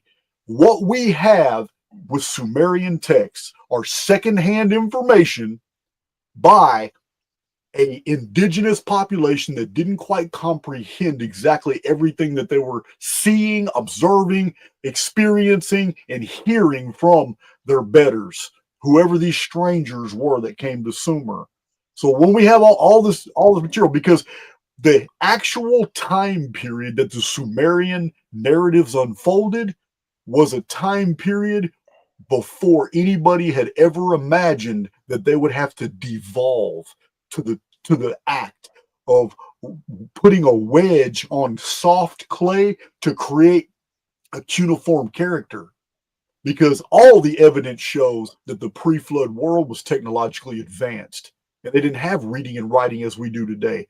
They probably had what the Sumerian texts call MEs, M-E, a little technological tablet that allowed tractors to move, phenomena to be elevated, communication between the gods, just regular Homo Inuna. So what we have with the Sumerian text isn't the beginning. It's actually a recollection of a previously existing technological infrastructure, and that the people recording this had lost those frames of reference, so they couldn't remember. Remember I've told you in my presentations, Jamie, that what we have with the logograms and the switch over to cuneiform, and then the great massive switch over to the Amorite syllabaries, where all this was standardized so everybody could communicate with each other. What we have is a post-reset society coming up with a new form of communication, because the old form of communication, which was technological, was gone, done, can't be replicated. That infrastructure was wiped out. Gotcha. So I can't. So when you're talking about these concepts of the Ankh and all that stuff, I would have to see what you're talking about to understand. I still might not understand it. I got you. It was just a general question. I ran across it.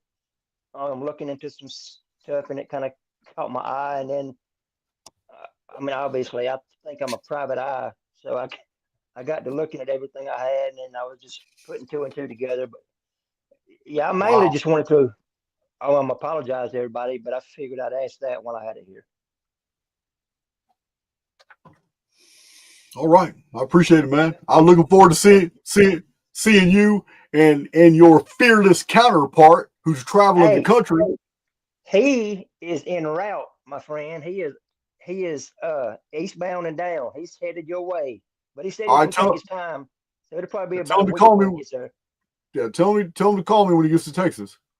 I will do. All right, everybody. I'll see y'all later. Y'all have a good night. Yeah, I need to answer one thing real quick with all right, Jamie. Victoria said, "Is anything of Sitchin worth reading?" Okay, check this out.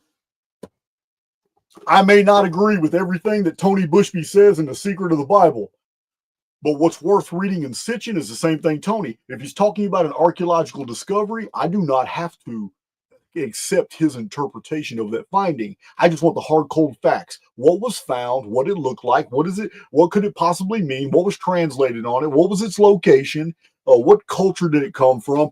Sitchin has thousands of these little data points all through his books, and this is what makes his Earth Chronicles believable to someone who is not a very good trier of fact.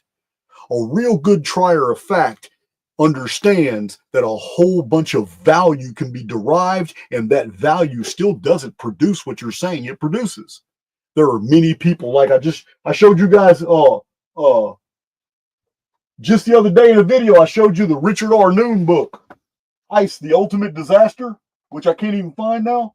But Richard Noon, Ice, the Ultimate Disaster, May 5th, 2005, packed with archaeological, textual, philosophical, scientific data. You would read this book and it's amazing. The title is 5/5/2000, Ice, the Ultimate Disaster. Richard R. Noon wrote this. I read it in the 90s. I was so fascinated with it. It was so persuasive because back then I wasn't a very educated trier of fact.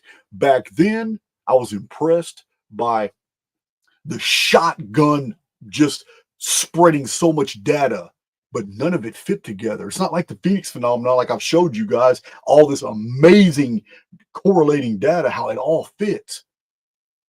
Now, by the time I got done with that book, there's not a single shred of evidence anything is going to happen on May 5th, 2000. But the man made multiple millions of dollars doing that book. Zechariah Sitchin did too.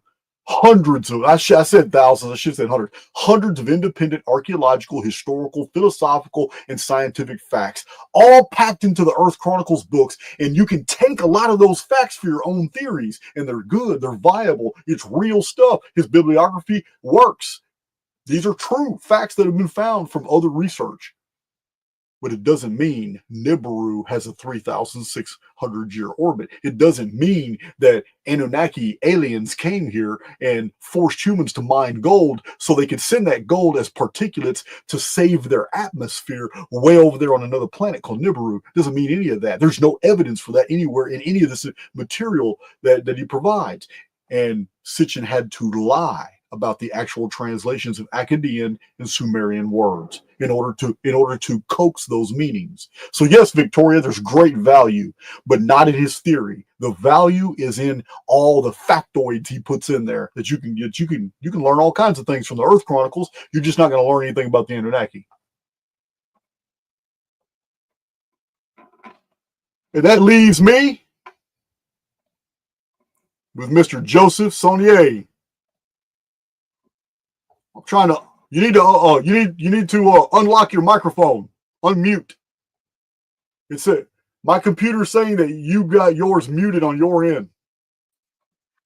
There you go. Yeah, okay. You don't see me. You can hear me now. I can see and hear you. I don't know what just happened, man. I can hear. Listen. Stop. I could hear you a second ago, but now you muted your mic again. You're gonna have to unmute your mic. You had it unmuted, but you muted it again. Yeah. There you go. Okay. That's it right there. Okay. Good. Thank you. Thank you, brother. All right. It's so much blessing here. My goodness. I'm blessed. Hey, Jason. Awesome. You're amazing, man. You're amazing. Your research is amazing. And I know it's a family here. It's a family for me because I recognize your mission here, and your mission is Thank you. really clear. It's no doubt, brother.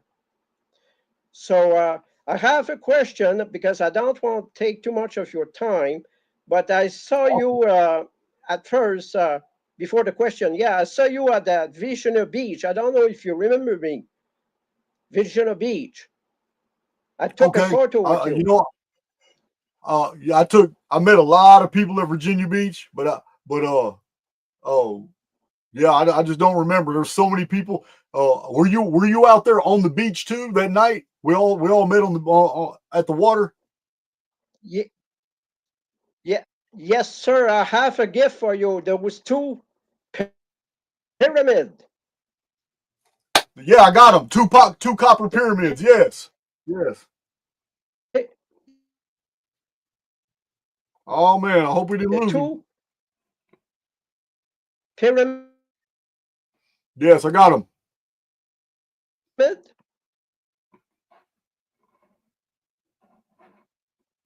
You remember? I Oh, do remember. Yeah, two. what's It's a big one and a little one.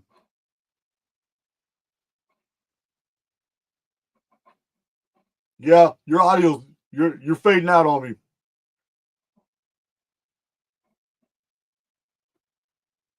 Well, I know you can hear me. You can probably still hear me. If not, you'll hear me. You'll hear me when deal. But I got him. yeah, Appreciate it. You got a real bad signal right now. I'm gonna go into the let me check my chat and I'm gonna go back in the email. He's been having some struggling. He's been popping in and out of my backstage. Freaking technology sucking for him. You're right, Jeffrey. You're right, man. You're right. Peter Stuvsland. We're way beyond that here in Archaix. It says the Earth is not a planet; it's a plane, square terrain, as described in Enoch first. I can agree with that. I can agree. We're in a controlled environment. We are in a construct. U.S. military figured that out real quick in the 1940s and 50s and 60s. They figured out how high they can go, and they figured out how far out to the edge they can go. And after they figured all that out, they created an institution called NASA to convince you that those perimeters do not exist. Thank you, Ronnie. Ronnie Briggs.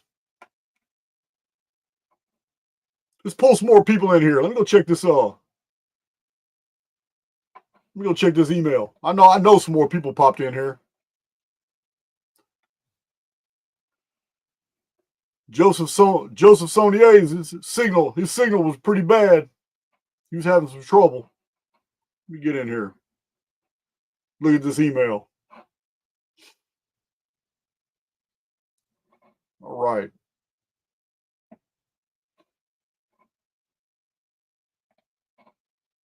Case 138. Oh man, we lost Joseph Saunier on the 138th minute. Imagine that.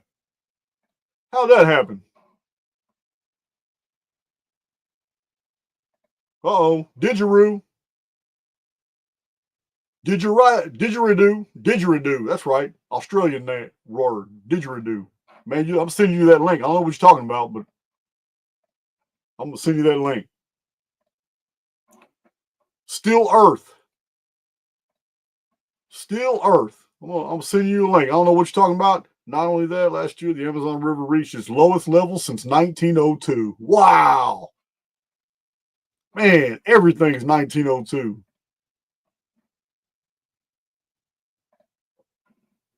So, all right. Becky, we're going to go ahead and get you in here.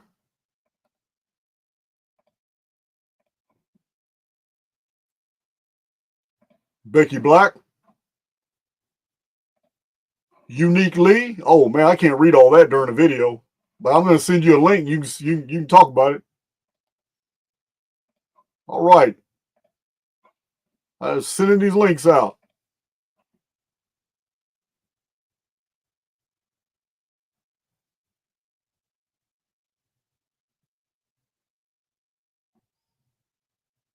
Man, wait a minute. Am I in the right email? Hold on now. I'm in the wrong email. No wonder I didn't understand. That was my Archaix email. That's my Archaix 138 email. I need to go to Archaix Live. All right, Archaix Live email here. I'm sending all these links out. We got about 14 people on the list. I'm sending them all links.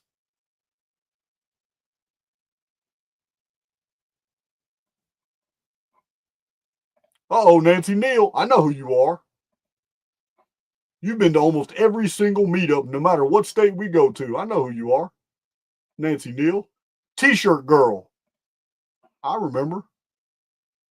Robert Sills. Know the name well.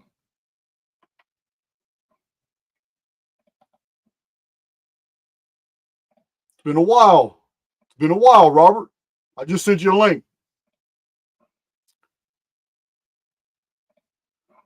All right, New Zealand history being covered up.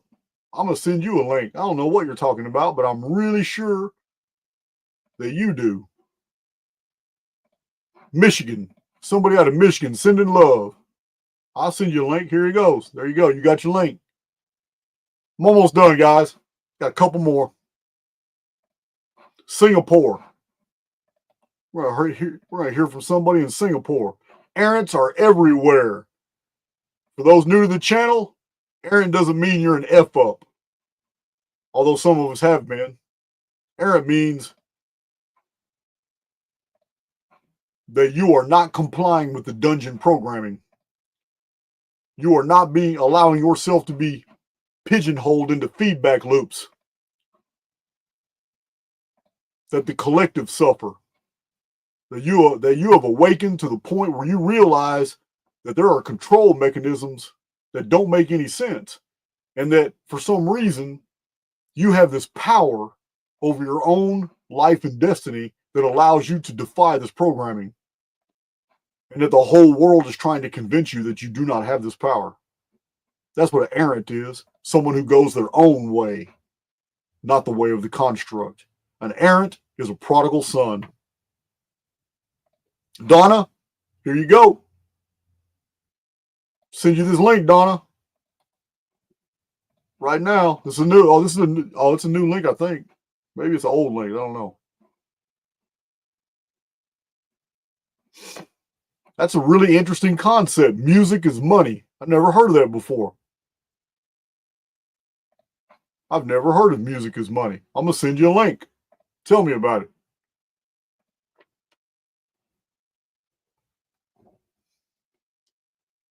I'm going to send that. Let's see. Dr. Luke Edgar Vaughn.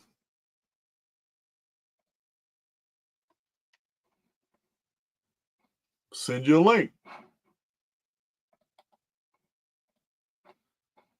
Come on, Chalk Body Outline. I can't send you a link. You talking to me like that? That's just stupid. That's dumb, man. Why would you talk to me in the email like that and ask me to drop your link? No, man. That's dumb, man. Grow up. Uh-oh, Andrew Owino.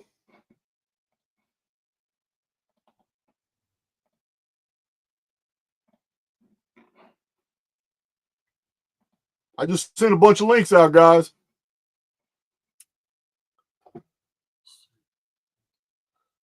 Errant Protocol. Oh, there's Israel Adams. All right, we should get a lot of people backstage in the studio right now.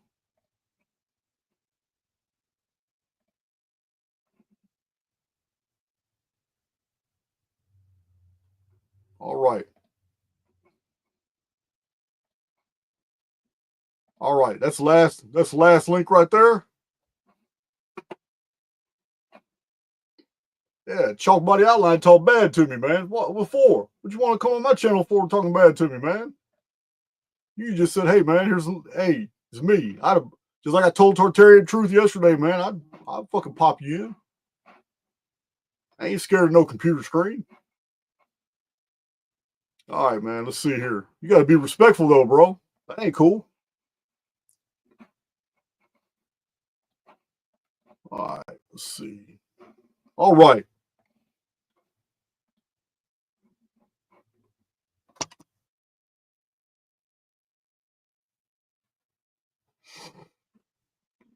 Let's see. All right. Oh, we got the studio filled.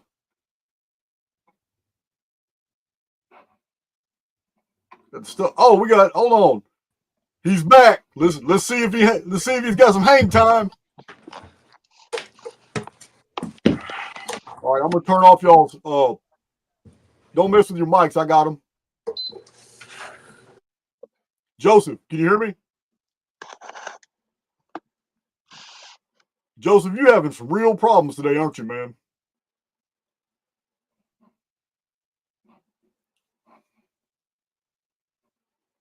I'm gonna have to let you go, man. You froze up again. That's sad. Is this Rob Digital? Yes, sir. How you doing, man? Great. How you doing? I'm pretty good, man. You've been on my channel for quite a long time. Thanks, I'm willing to venture you've been following me since before I was even interviewed by Santos Bonacci. No, not quite. Not quite. Not quite. Yeah, right around there though. Yeah, I was around there. I've seen your name a long time. Yeah, I appreciate everything you do. I did get to meet you at the San Diego meetup, and I'm hoping you're going to do one of those again sometime. Yeah, I'm really thinking about driving out to San Diego pretty soon. I really want to do it in December, but if I do it, it's going to be right immediately after the Houston meetup. I don't know if I'm going to be able to fit it because I really don't want to expect people to show up. I'm not going to do a meetup, but I am going to announce where I'm at if people want to meet in public. Like I did last time, like a restaurant or something, and everybody meet at the book tree, do some pictures, sign books, whatever, hang out for about 6 hours. But I'm not going to do a big meetup like I did in that old movie house. I'll do that like next year. I'm not going to do that this year. It's too close to Christmas. But yeah, I want to go kick it with Paul. I'm going to go kick it with my publisher for a while. Awesome. Yeah, I'll be there if I get a heads up on it for sure. And also, I got two of the charts. Ordered two of the charts. Those came in the mail. That's pretty awesome. So thanks again for putting out that link. You know. Yeah, man. Yeah, man. And I do have a question. So I'd sent you this by email, and I don't know if I worded it right, and it might take me about 45 seconds to lay it out. Okay. So the description of us being the ones who created this realm, right? Us on the outside having created this realm. Yeah. I find that contradicting with the description that this is a predator-prey ecosphere that a malevolent being would have created. So it's like kind of like if we created it on the outside, but also the predator-prey is evidence that this realm was created by malevolent beings. I see that as a mild contradiction. And then there's a second part of that, which is and this isn't my theory, but it's just an idea I haven't heard anybody bring up, is that if this realm was created by us on the outside and it had to be managed in a way, if they were doing tests on the inside, you know, like let's say outside of this realm there's a Newtonian universe and that we're doing tests how to like save a starship or whatever the case would be, right? That whoever's doing those tests would have to be masked, would have to have some sort of secrecy. And that could be like an argument for like, not necessarily NASA, but maybe like secret groups, secret codes, secret languages and stuff like that to disguise that type of testing. I don't know if that makes any sense, but it does make sense. It does make sense. And you're really asking for a quantum leap here in all these different research narratives. If we were to go a little bit further into the future with them, we're going to be entertaining a whole new idea that's going to turn a lot of people off until they process all the data. And it has a lot to do with what you're talking about. Because if we, in the logic trains that have been published here in Archaix, if we follow them to their natural conclusions, I'm telling you, people are not going to like hearing this. But there is evidence that who we call the elite and all this information that they're doing, all these nefarious and evil and all these satanic and child predation and all this shit is actually cover story. And that behind the scenes, there's actually a benefactor group, and the only way they can operate and actually do what they need to do to preserve the human presence inside the construct until they can figure out a way to break out of the construct or whatever, is to remain subsurface and out of the way. And then every once in a while, after these reset periods, help the surface dwellers out without them knowing they're being helped, and give them these assists in like 1902, just flooding the world with all the things that are needed, like the damn air conditioning and razors and the other hundreds of objects that all these things that just suddenly appeared in 1902. It's almost as if that we're being lied to on such a grand scale, and that all this absolutely iniquitous, terrible shit that we really believe is happening because all these content creators and all these investigators and all these people, but it's all by design, and that this is actually one huge program being conducted beneath us to keep us surviving through all this deal. This is my conclusion from the fact that Phoenix is a cataclysm protocol. Nemesis X is a cataclysm protocol. Dark Satellite might be a little something different. It seems to be a delivery mechanism or a portal cataclysm.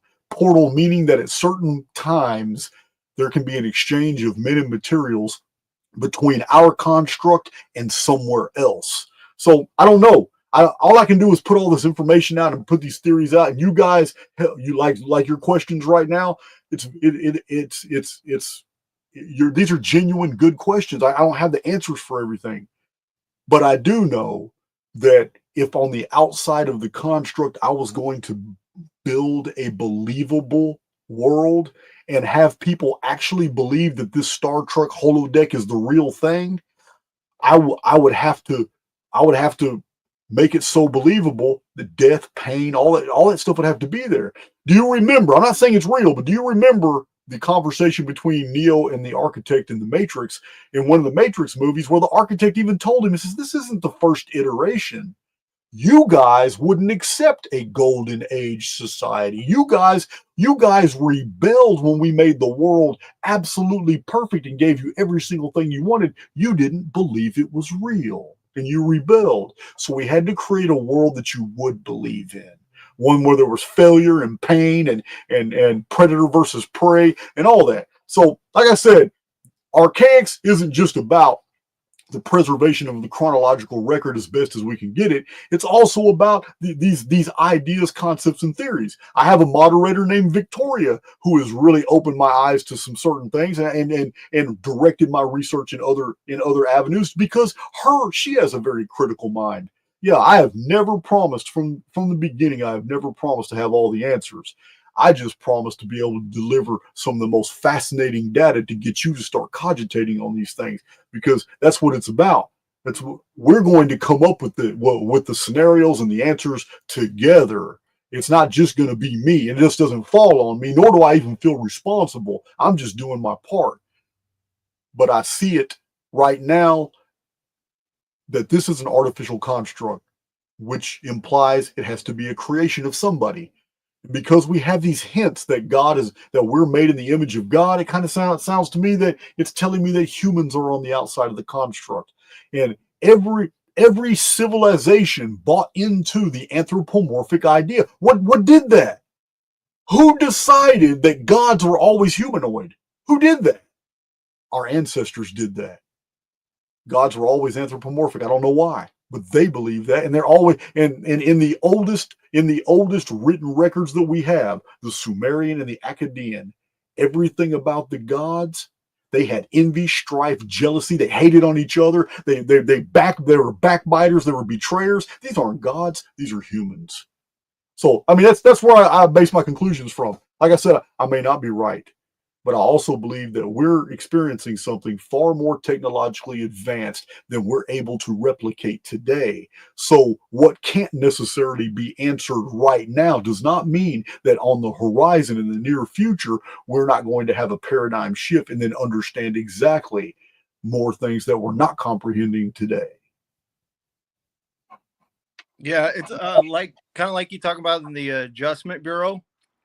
Is the way that I'm picturing it is that, you know, the idea that if too many people were to wake up on the basis of realizing that, you know, that it's a, you know, simulation per se, then that would make it impossible for them to continue whatever testing or ever benefit there is of the realm, and that there would have to be some kind of Adjustment Bureau type team to manage that balance of you know, like people waking up versus not too many and yada yada. But that's all I Well, had. man, I don't want to take up any more okay, time. well, no, but you just triggered something in me that needs to be said.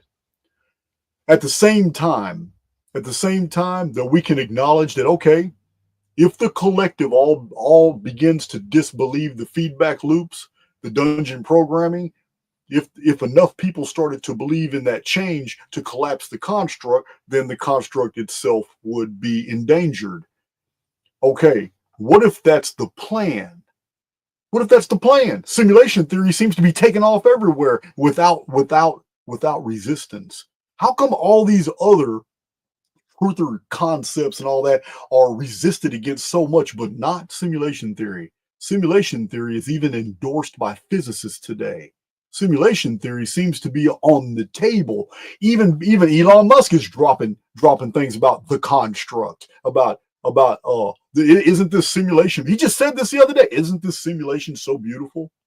He keeps saying these things. What if it is by design that so many people are waking up to the artificiality of our present situation?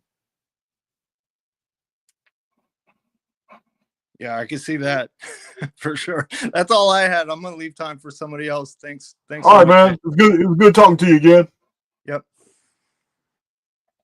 Let's see here. Oh, we got another Rob right here in the house. How you doing? You got the floor, Rob.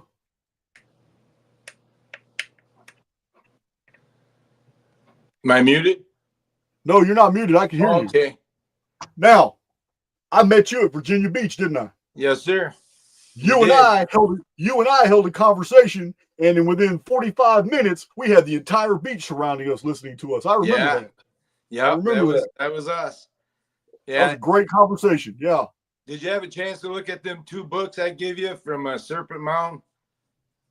As a matter of fact, I'm doing a video. I'm using those 2 books, and I'm using 3 other books on the Ohio Valley serpent mounds, the giants that have been found there. I'm going to do a whole presentation on those 5 books, the 2 that I got from you, 3 others that I possess, and what this I have the original reports from the Smithsonian from the 1800s when they excavated those mounds. I'm going to read portions out of the Smithsonian archives about what was discovered.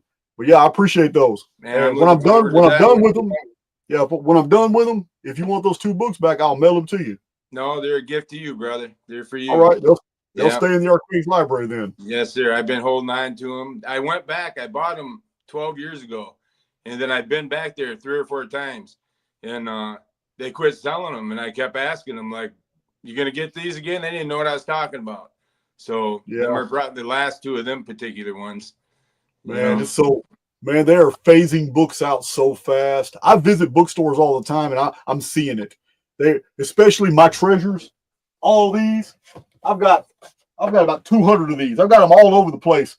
All the little books from the 50s, 60s, 70s, and 80s before the internet. All these little research books. They're so fascinating. They're absolutely packed with data, but they are disappearing rapidly because these bookstores don't find any value in them. They see them, they just throw them away. Yeah. Man. So I want to tell you, brother, when we were in Virginia Beach, there was about 100 of us there, I think. And it felt a real good energy there. And then we went out on the beach, and it even got better. You know, the energy got really good. And we ended up hanging out for a couple of days. Some of us stayed for a couple of days, you know, and That's then awesome. after we left, everybody left. We had a chat going while we were down there trying to meet up and all this stuff, and then we ended up forming a little group from our Virginia Beach people. It's only like 30 some people or something like that. That's good. Gorma's actually one of them. And Okay. some of the questions she was asking you is what we discussed in the group. We just felt this energy that we felt really good together, and we felt like, man, we better, you know, we would like to try and we're all kind of the type of people that are looking to be that community that you're talking about that makes it through, you know? Yeah. So we've yeah. been doing the research, like what you're saying, as far as maps, whatever we can get our hands on, population, you know, density, just, and not only that, the way I come to know you was through, I was researching Native American prophecies, and all of a sudden you popped up on the Inspired channel, and you were in there with John Nolan talking about the Native American prophecies, you know. So boom, man, I started listening to you then, and then you just pretty much blew my paradigm apart after that, and I had to do a reset. I'm sorry about that, bro. No, I was pissed, dude. I was like, what is this dude talking about? He's got to be wrong, you know, and whatever. So I accepted it, you know, once I couldn't prove you wrong, and now I'm just I appreciate it, and I appreciate what you've been doing, because like just what you're doing right now, this is what makes your community strong, you know, allowing your community to participate, to, you know, get to know so many different people. And I've learned so much from the people you've had on lately. It's like the different stories, and even the young man that was on, you know, earlier, first guy that was on talking to you. I mean, I'm feeling all these different people and where they've come from and what they need. And that's kind of what we put together, is just these 30 people that we're actually looking for properties where I've got some, I believe these prophecies. There's some of them, like you've heard the Warriors of the Rainbow, and it's not the rainbow you're thinking. It's the medicine wheel, the humanity rainbow is what they're talking about. So it's all different, you know, races and creeds, and everybody come together to form this thing that is probably what's going to be one of the societies that make it through or change, you know. And I mean, I got grandchildren and children that you know, I would like to change the way they live in this simulation. Right. It's not good enough for me. The medicine's no good, the food's no good. Practically the air we breathe isn't any good anymore. It's just getting ridiculous. But we can change a lot of these things. And that same power I felt at that meetup was like supernatural. You know, yeah, I remember your story. I remember you telling me about the investments in the resort in the past and how you guys secured land and all that. That would be awesome if you were to build a community like that again. I would come out there just to hang out. You would. You definitely would. I would bring all my camping. I'll bring my camping gear, vacation, and everything. So, now I will say this: you already know my personal philosophy, which I espouse all the time, is that we're not here to change the world, and nor can you. But you can change your world. And you're already telling me that you've got 30 people that are all like-minded. They're all resonating on the same frequency. Listen, you have more than enough people to create the community that you want. And it doesn't even mean those people have to be geographically connected, because in reality, in the construct, because we're jacked in by virtue of the central nervous system, this filtering system makes us believe that we're all apart, but we're not. We're not apart. It's if you have 30 people in a group spread out, all resonating on the same deal, you guys have a force dynamic that is creative. And when you agree that anything is true, it will become true to you and that group. It will be insular, meaning you create a reality tunnel that is true for those who are participants, but it's not necessarily true for observers. Though there will be people thinking you guys are insane, but For you, you have tapped into something that is very real and viable, escaped all the feedback loop traps that are out there, and actually have created something new. Because one thing the construct does two things. I say it all the time. The construct does two things. It either forces you into feedback loops very cleverly, and it's only in retrospect that you realize that you're in one. Like, damn, now you understand that you've been caught into some paradigm.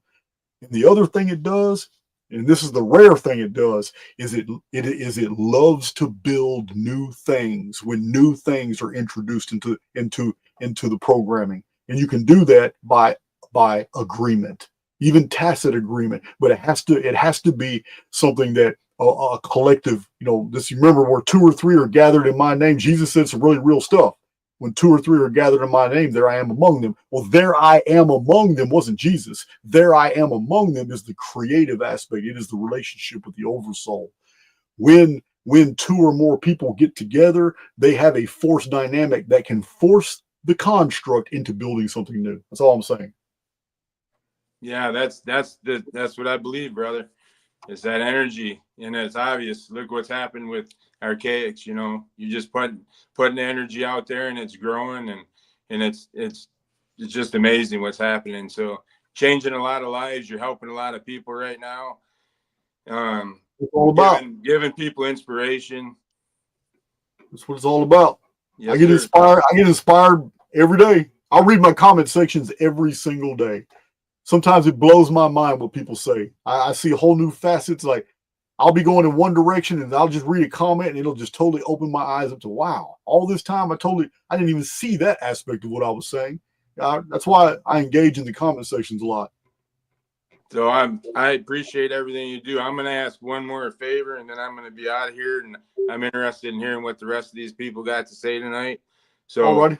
Tommy was at Errant that was at the meetup, and he spoke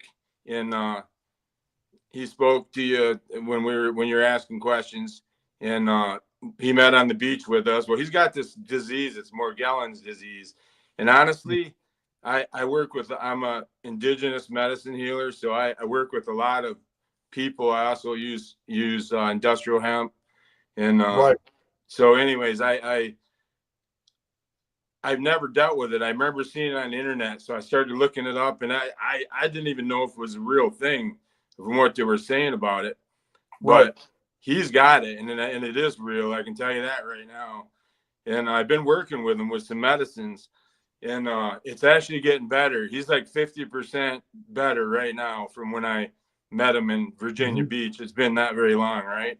So it took me a minute to get him on the right protocol, but anyways, I want to put that energy out there for him, because more than the medicine, it's the energy that we're, it's seeing him healed. Yeah. Well, I don't know if you've watched this video of mine, but I don't want to give out medical advice because you already know how that goes, especially in the public. But I will say this: the very fact that the placebo effect is a real, verifiable phenomenon means that anything that affects the human body, an artificial antidote can be created.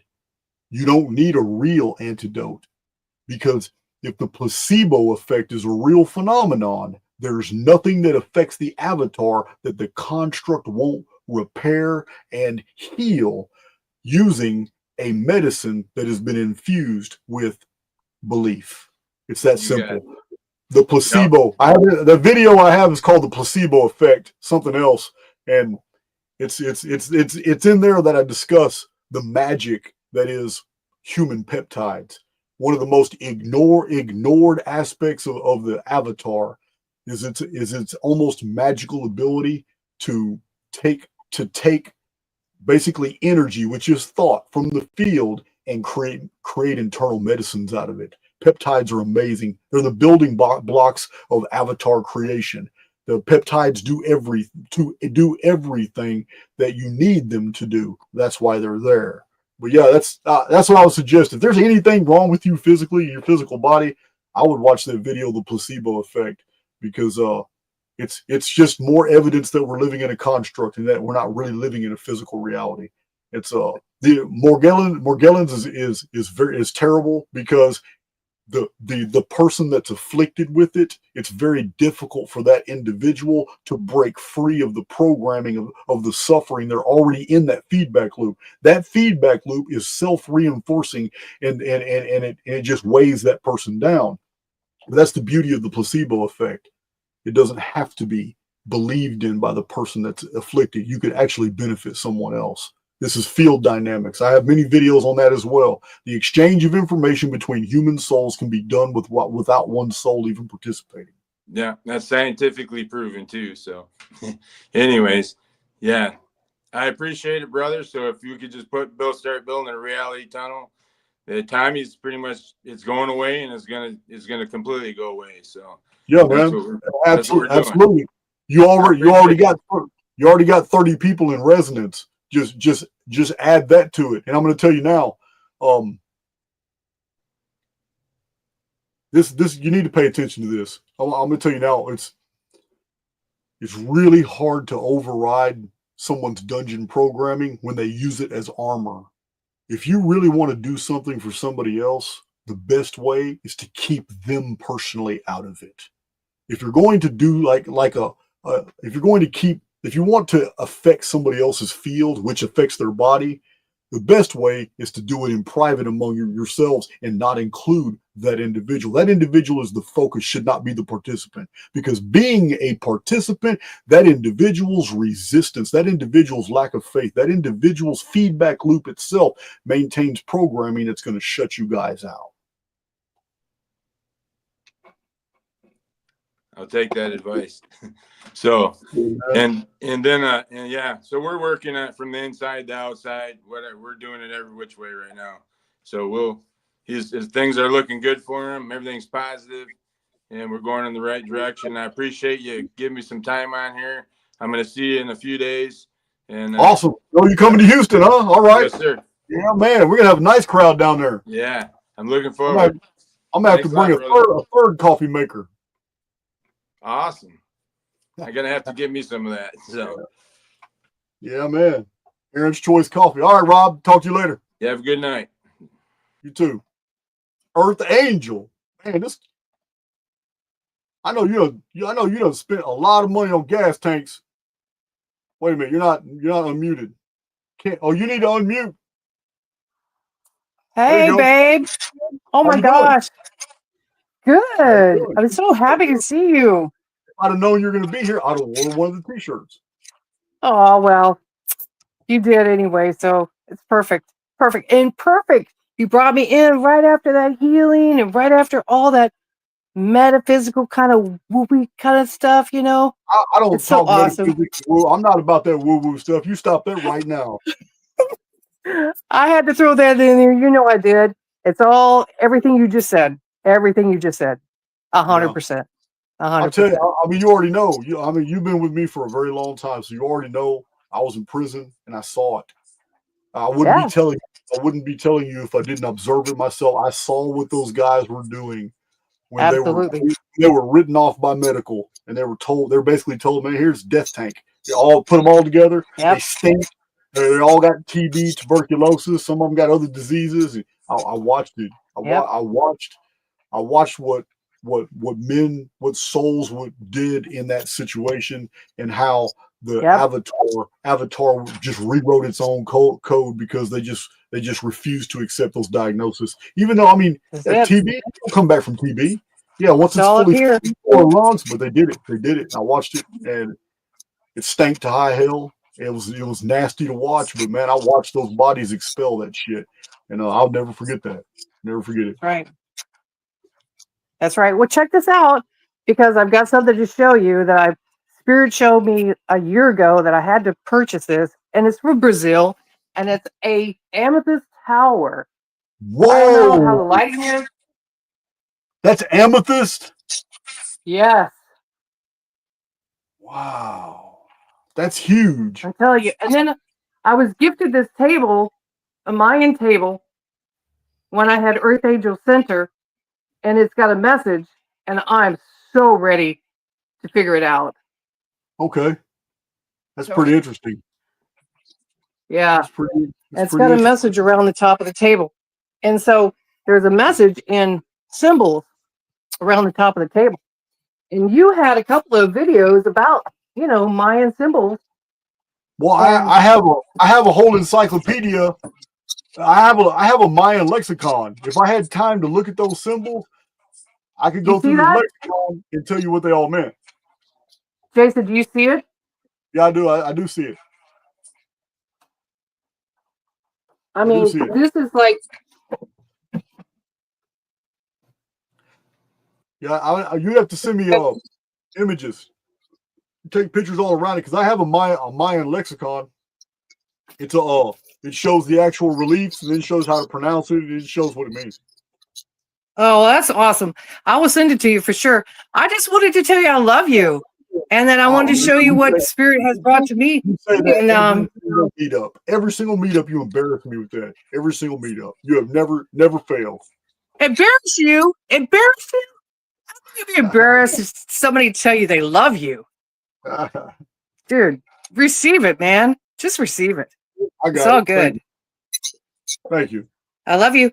I love you guys. That's all I wanted. Are you done, Earth Angel? I'll see you in Houston. I don't know. We'll see what Spirit has to say about that. All right. Yeah, I'll see you. You ain't missed a meetup yet. Holler at you. All right, Penny Whistle, you back? You got to unmute yourself. You got to unmute. Yeah, there you go. No. There you go. There you go. Sound check 2, 3. Yes, we can. We've got it. That's it. So it was brought up a little bit earlier in this stream, but I want to touch on it again. Antarctica used to be dry, livable, not frozen wasteland. The closest country to Antarctica is the tiny little pair of islands that look like a broken shoe I'm living in now. New Zealand. Exactly.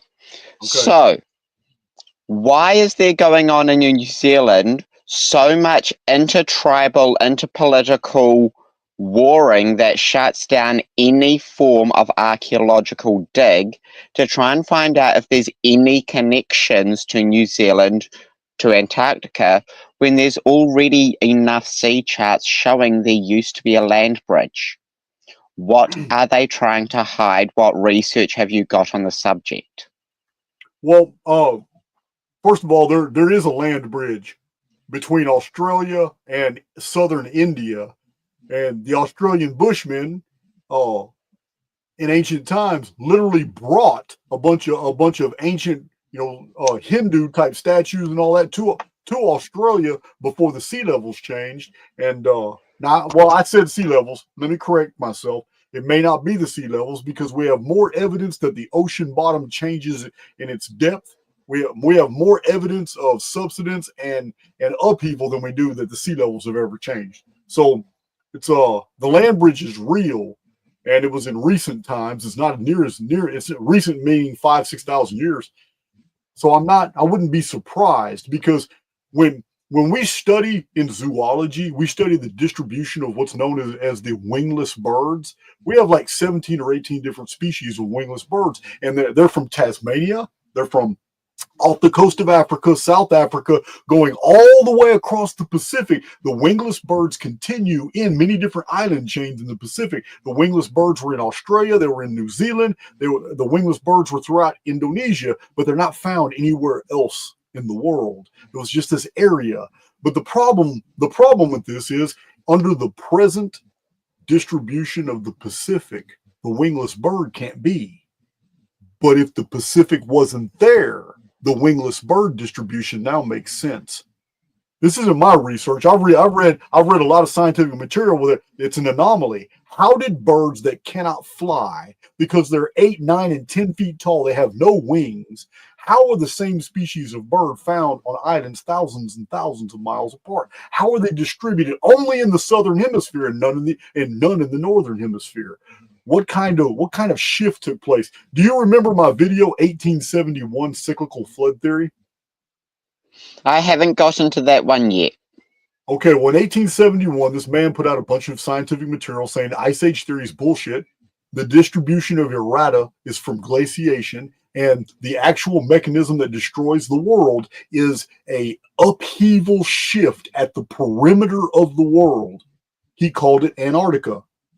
At the perimeter of the world, an earthquake happens that sends a tsunami from the Pacific to go over the equatorial bulge, go and flood the entire north, and then come back down and distribute all the bone morass and all the dead bodies, decomposing islands full of bodies and all that. He says this happens every 6, 7, 8, 9,000 years. He's not really sure, but he said that what causes this is the equatorial bulge literally sinks, shoves all this, and he believes that right now the Pacific is the last one that received the great flooding. He says the next time this happens, when the equatorial bulge suddenly just deflates and all this subsurface exhaust, all this heat just erupts from geysers all over the world as that equatorial bulge flattens, he says the next time all the water which is now in the Pacific will go to the northern hemisphere and flood it completely out, and the Pacific will return to dry land instead of mostly water. And back in that state, that's how all these different marsupials were overspread throughout the entire southern hemisphere, because they walked to these areas. They only became islands after the Pacific was flooded. This is the distribution of the wingless bird and other non-flight marsupials. So it's all very intriguing research, but it tells me that Antarctica is no different than the other continents of our world. Because if we perceive the world as a disk, it's not spinning in the center, in the dead center of the world. It's not spinning. The epicenter of motion is 30 degrees north latitude. And today that is where our ancestors put the Great Pyramid Complex. At 0 degrees longitude, 0 degrees latitude of the ancient world. Now it's 30 degrees north latitude. It is where the spin takes place. And if that was to happen multiple times over resets and all that, well, continents are going to be sliding under Antarctica and new continents are going to be coming out. Australia seems to be a newer continent. It doesn't have a whole lot. It might have megalithic architecture from the Heliolithic Maritime Empire going back 4,000 or 5,000 years, but it doesn't have that history that other continents have. It seems to have recently come out from the ice. And if the center of if that motion continues the same way that it's been documented, then that means Australia is going to be prime real estate. Australia and New Zealand will be prime real estate on the next 30-degree shift. It's going to shove it right there to the equatorial zone where China is, and China's going further north. Where on the other side of the disc, or on the other side of the globe, the Americas go south. So I believe that any controversy that's going on right now in Australia and in New Zealand, it's preparation. I mean, I'm aware. I don't know if it's true, but I'm aware of all the reports of all the elite and rich millionaires and billionaires who are buying real estate in New Zealand right now. So I just don't know. I can verify them. Yeah, I'm not only that, but it's being kept from the public. But you can Google it. It's not being really reported, but you can Google it. There are jobs available in Antarctica right now. They are trying to pay people, especially forklift drivers, to go to Antarctica. What in the hell do you need 3,000 forklift drivers for in Antarctica? These are all verifiable. We've talked about this on my channel before. So I don't know what's going on in your neck I'm wondering what ancient pre-flood civilization they're going to find there when it melts. I don't know. That's good. I wouldn't even say it was pre-flood, because if the Archaix model is true, it could be civilizations for which we don't have a hint of history. If the construct is resetting periodically, then there's going to be residual programming that we call fossils that are going to be found everywhere. I mean, how do we date something like this? Easily verifiable. How do we date something like the Calaveras skull? How do you date a giant human skull that was found underneath a mountain in California? How do you date all the human skeletons that have been found underneath volcanic mountains in Hawaii? How do you date these things? You can't. So there's no way. What epoch of history did that happen? So we just don't know. We've been through many resets. An Archaix model only goes back to 5239 BC, and the reason is widely published. It's because that is the oldest calendar I can find that's verifiable. The Anuna Nur chronology of 600-year periods, which I have a whole data set on, because modern historians try to tell you a 600-year period never existed. And yet my data set shows all these ancient sources that show you exactly that a 600-year period was not only known, but it was well respected. And that 600 years. Which brings into question, how many Nemesis X resets have we really had that we don't even know about? I don't know. I just started 5239 BC. And to me, that's all background programming. And from 5239 BC to 3896 BC could all be background programming, because 2178 AD in the future, the loop year, is also 3895 BC, the Adam and Eve reset. They are no different. They are the exact same event, looked upon from two different perspectives. One is the past, one is the future. But it's still us. We are the Adam and Eve reset generation after the cataclysm. We are the ones surviving naked because we have lost our infrastructure.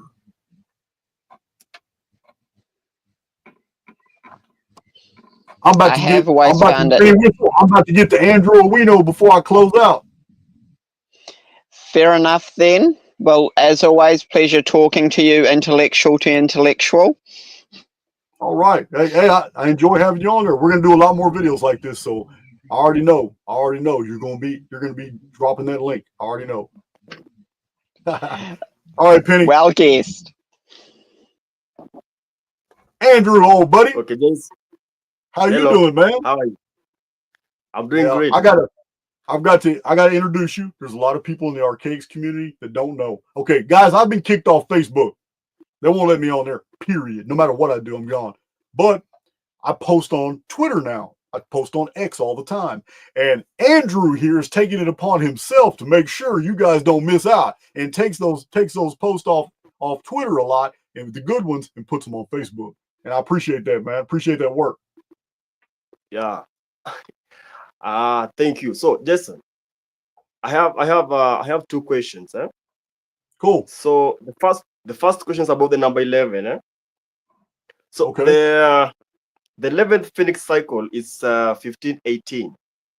Yes, it is. And it is the only number in Phoenix Phoenix cycle that reduces to 2178. Mm-hmm. Again, the 11th Nemesis X cycle, 8712, is the only number that mirrors 2178 and also reduces to 2178. So, what is your take on the number 11? Okay, well, there's two things I want to address here. First of all, the number 1518, 138 times 11. I know you're aware that number appears 3 times in the Great Pyramid's rectilinear dimensions. 1518 and 1518 is 3036. The whole passage is 3036 inches long, pyramid inches long. It's 1518 plus 1518. The number 1518 being reducible to the immortal number of 2178 that doesn't collapse, you just taught me something, because I've never looked at the Phoenix numbers to see which ones reduced to 2178 and which ones didn't. But that's really amazing that 3 different measurements in the Great Pyramid actually reveal the immortal number of 2178. You just taught me something. I will be adding that in my notes. But concerning the number 11, when we were doing our Ophis, Nor and I were using a computer when we were doing our Ophis algorithms, and we experimented with the number 2178. And I've told you guys this a few times in prior presentations. when I discovered this immortal looping number, the only one that does it, we couldn't help but notice that the permutations were always done in 11 dimensions, and that every single time we get to a 12th node in the arithmetic, it just starts back at 1. So Noor, he's a little bit quicker on the uptake than me. I was just excited to find that less than 5% of all the numbers going up to 9,999 to the 4th digit collapsed to 0 or collapsed into 8712, 6345, 2178, the immortal loop. I was excited to find that. It's like, wow, man, our arithmetic is attached to something else. But it was Noor that said, hey, man, isn't it Plato that said that the construct, or Pythagoras, wasn't he the one that said that this reality is based off the pentagonal dodecahedron? I told him, I said, I believe I read that. So we looked it up and said, yeah, okay. So that's like 12-dimensional mathematics. So then we read modern physics papers that were talking about there's a 12th dimension, but we can't obtain it. We can't even reach it with our current arithmetic. So I cut this article out and I showed it in one of my videos. It was a blonde physicist, a lady. She had long blonde hair, but she was talking about how unusual it was that our arithmetic can achieve 11 dimensions, but we can't see beyond that. This is exactly what we saw when we did the experiment that gave us the discovery of 2178. That the number 11. There are 11 different dimensions to our arithmetic, and for some reason, we can't reach the 12th. That's as far as we've got with that. But I still have that article. As a matter of fact, since you're talking about it, I'm going to go through my files. I'm going to show pictures of that article on Twitter, and you can take them and put them on Facebook. But I still have that original article by that physicist where she was talking about that, and it shocked us because it's exactly what we found. We found that all the permutations to get to 2178 were all only up to the 11th dimension, and that there's not a hint of any way to get to a 12th dimension in the arithmetic. It's crazy. Absolutely crazy. Okay, that's amazing. So can I get the second question? Absolutely. Okay, so out of curiosity, I removed a day out of a week. And I was left with 5 days. So 6 times 5 is 30. 30 times 12 is 360. Mm-hmm. So my question is, my question is, I was trying to figure out which month are we in since 3113 BC. And I was trying to do that with trying to understand how many days have we. Okay, how many days in which day are we in since which calendar was started in that one 13 BC. How many days have transpired since then? Yes, that was 13 BC. From 3113 BC. 13. Yeah, 3113 BC, the beginning of the Mayan long count. Exactly. Yes. I can do that. I can do that on calculator. It's from 3113 BC to 713 BC is exactly 864,000 days on a calendar of 360 days a year. That's super easy to do. I got charts that show that. But hold on just a second. I'm gonna show it to you on a calculator. If I can find my calculator. Got so many apps on here. Oh my God. There we go. Let's see. 3113 minus 713. So I know you're already familiar. Andrew, with my research on the year 713 BC when the sun retrograded 10 degrees, right? So you already know. You already know that 3113 BC minus 713 BC is 2,400 years. Exactly, yes. It's 30. So, but at that time, every civilization in the world only had a 360-day calendar. So you take 2,400 years times 360, then at some time in the year 713, we have the passage of 864,000 days. That's the foundation of time number, 864. Remember, that number is the main divisor in the Sumerian sexagesimal system for seconds, minutes, days, hours, months, years. It's I believe there's like what 8,640 seconds in a day, 86,400 minutes in a month. So you've seen the chart in my books, right, where that number is broke down. This gets us to 713 BC, but in 713 BC we have a problem.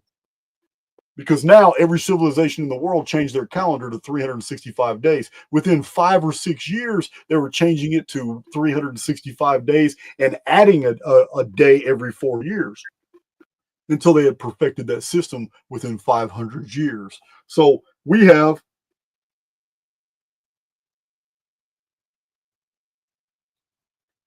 let's see, 713. 2760. I know you've seen this math before because from 713 BC, passing over the BC AD conjunct all the way to the end of the Mayan calendar period is exactly 27.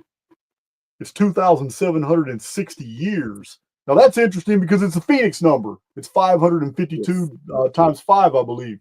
But this 2,760 years going all the way to 2046. But that's not times 360 anymore. You can't. That calendar's dead. It's over. It got you to when the sun retrograded 10 degrees in 713 BC, which I believe, you'll have to read the Apocalypse of Barak to know what time of year exactly that happened, when it talks about the thunderbolt zapped all 185,000 Assyrian soldiers and the sun stopped moving in the sky and retrograded 10 degrees during Hezekiah's reign, when the prophet Isaiah was flourishing at that time. I believe you're going to have to read the Apocalypse of Barak to Barak was the scribe of Jeremiah who wrote that book. It's a pseudepigraphical text. But anyway, this is what you get when you take 2760, a Phoenix number. Yes. You get 1,008,090 days. That's what you get when you multiply it by the new year of 365.24 days. That's what you get right there. So this is going to put you at the very end somewhere. That's going to put you at the very end of 2046. Now, I don't know, unless you can find, like in the Jonathan Targum, it might have the exact date for that event. Until you can pinpoint the exact date those 10 days are retrograded, you're not going to really be able to ascertain the exact date when it happened. You're just going to be able to calculate the year, because the Mayan long count is precisely 1,872,000 days divided by 13 periods called Bactans of 144,000 days each.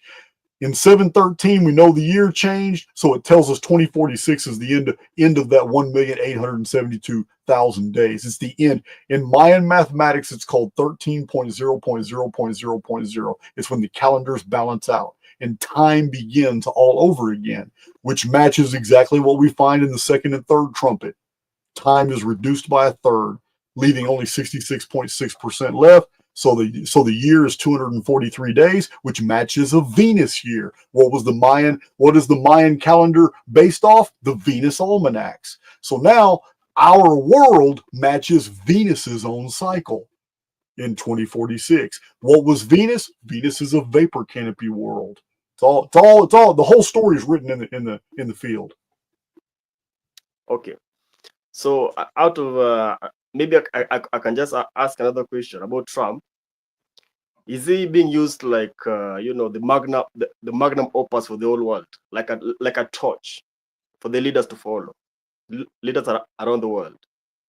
Okay, so this is my first political question of the day. All right, I'm just going to give you my opinion about Trump. All right, first of all, I was highly deceived in 2019 when I voted for him. but it was by design. We were all fooled. And I understand there's a bunch of Trump supporters who follow me, and you know what, I apologize for that. But it's they gave us the Obama administration, which people began waking up to how toxic a lot of our leaders were. They gave us 8 years of that, but a lot of people, you know, they were cool with it, and everybody was looking for a savior. So come in. They gave us Hillary, and everybody knew nobody wanted that woman in office. Nobody wanted that woman in office. Trump had already been groomed to be the president. He was a Democrat, but in order to run, he chose a conservative Republican ticket. But Trump is a lifelong Democrat before he was chosen for this role. He's an actor. So Trump becomes the president of the United States. It's all part of a grand design. It's very deceitful, but they used Trump to show what an administration should be like. And everybody loved him. Internationally, he was loved. He was a man of peace.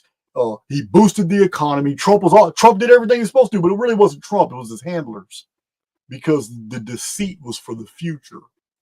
So they remove Trump and they throw in a dummy administration. Now they actually show the people what a chaotic buffoonery circus the Democratic Party has become.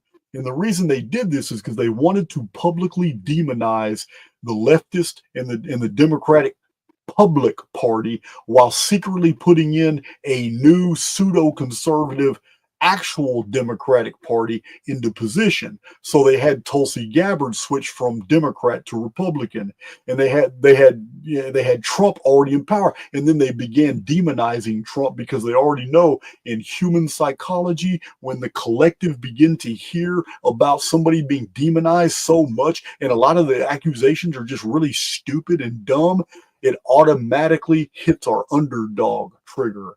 And people start going for the underdog, even though they voted against him before. Now they're like, man, all these people attacking Trump, he must be doing something right. He must be over the target. So this is all by design. Now they start shifting the population to Trump, who's their inside man, who's Democrat all from the very beginning. He's a socialist. He's a globalist.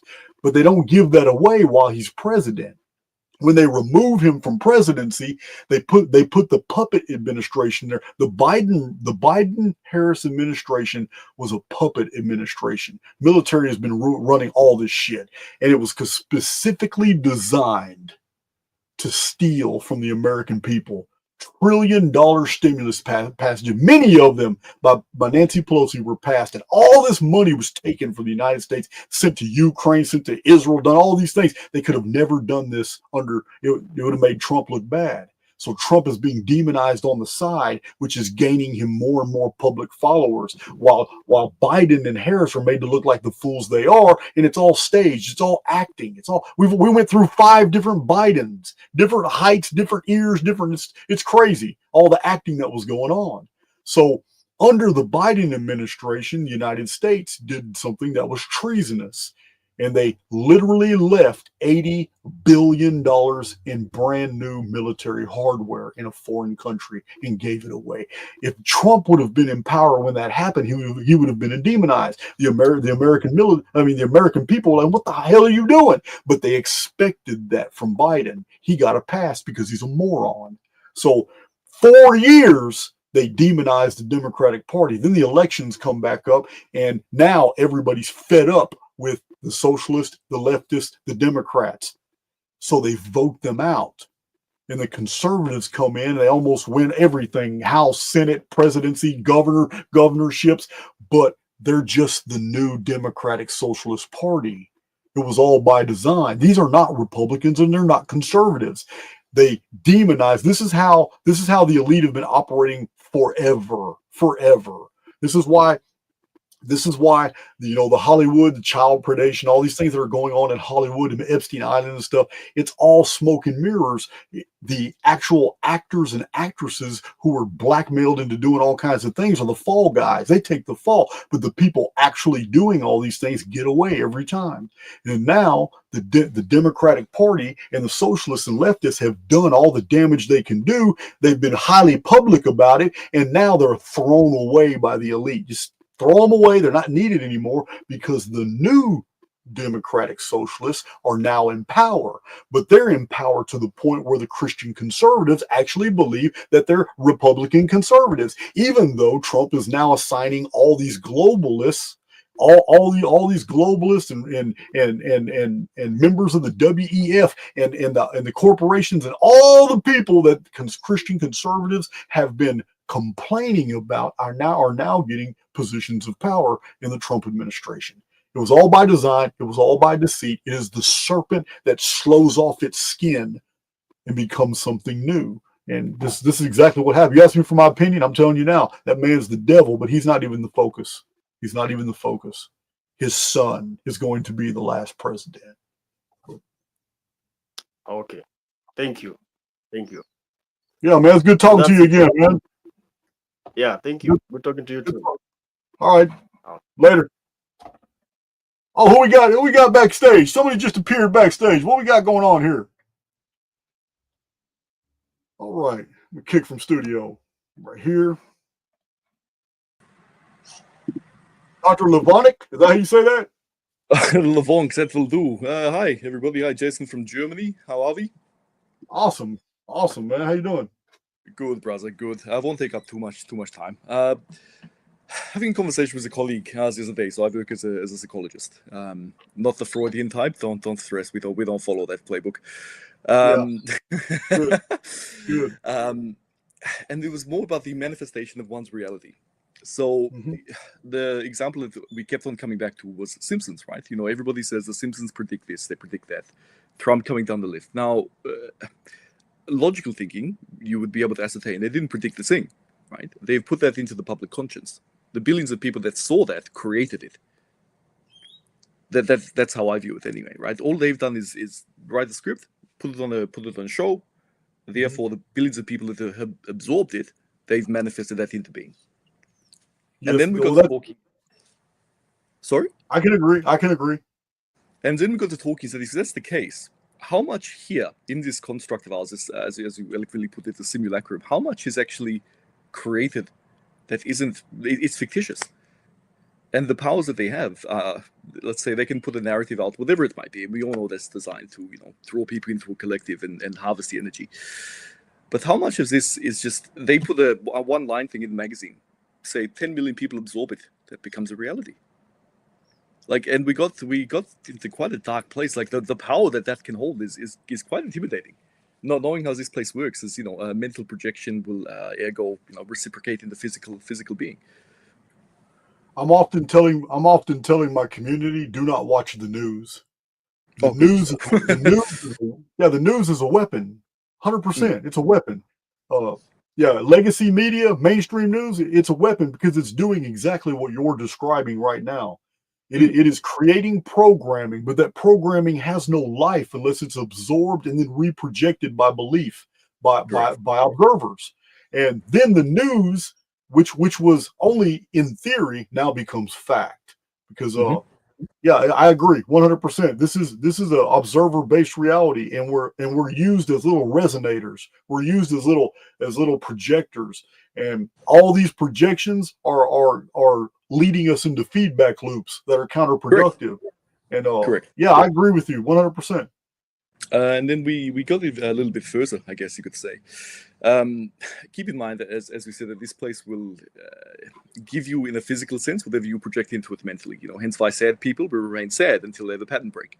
Happy people should remain happy until they have a pattern break.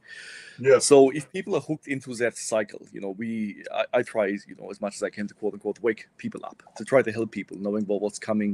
The cycle that we're in coming 2040. But if people are so enveloped in that loop, what is the pattern break? What will be the pattern break for that collective? Or is it a case of it is not their time? It's not their time for quote unquote exodus. and they will be looped back in. I'm going to say that when it comes to the pattern breaks, that's highly personal. It's highly personal. In the collective, the pattern break is a systemic reset. So it kind of begs the question: are the resets a part of some type of? I know people don't want to hear this, especially Victoria. She doesn't like hearing it. But are the resets some type of benefactor protocol? Because the construct understands that once this dungeon programming has taken over the majority of the collective, and they're in that feedback loop, and there's no escape, and they can't get out themselves, the only way to break that up is a systemic reset. So it kind of begs the question: are some of these cataclysm protocols actually disguised benefactor protocols? So these are the things I wrestle with. I go with the data, I see where it goes, but it doesn't change what happens. It alters the why of it. So It's I'm always of thinking why about transplant. these things too. You're These right. are the things I think about.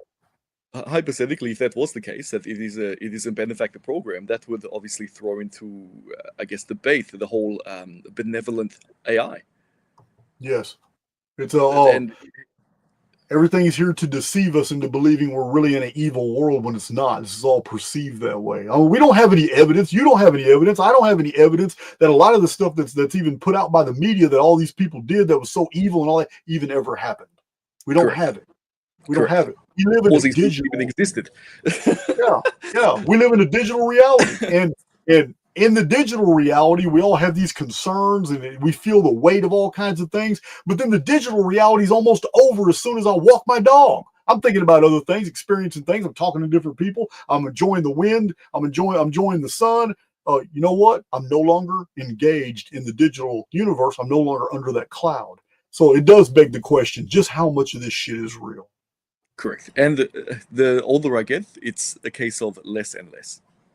To be brutal. I think it's all perceived. That's a good. Hey, that is a really good observation. The longer you live can be translated to the more I observe, the less I see. Oh, I like that. That's going in my book. I'm using that. Good. That was pretty much all I wanted to touch on, brother. Hope you're all well. Hope you're doing well over there. Yeah, man. It's good talking to a German. It's been a while. Yeah, we don't get out the box much these days anymore. We're quite confined. Yeah, man, that's good. All right. But, we don't have a government, so it's free range chickens. Yeah, man, I already know. All right, pleasure. I'm about to close out. It was good. All right, Dr. Debunking. Is that how you say it? Name's Luke, Dr. Ludwig von Kleist. Okay. So all good. There you go. All right, man. Good seeing you. We'll be doing these videos some more. Pop on in sometime. Likewise. Bye, everybody. Awesome. All right. Joseph Saunier, I can hear you moving around. Yeah, you're right. Can you hear me? I can hear you now. I see you got an upgrade going on.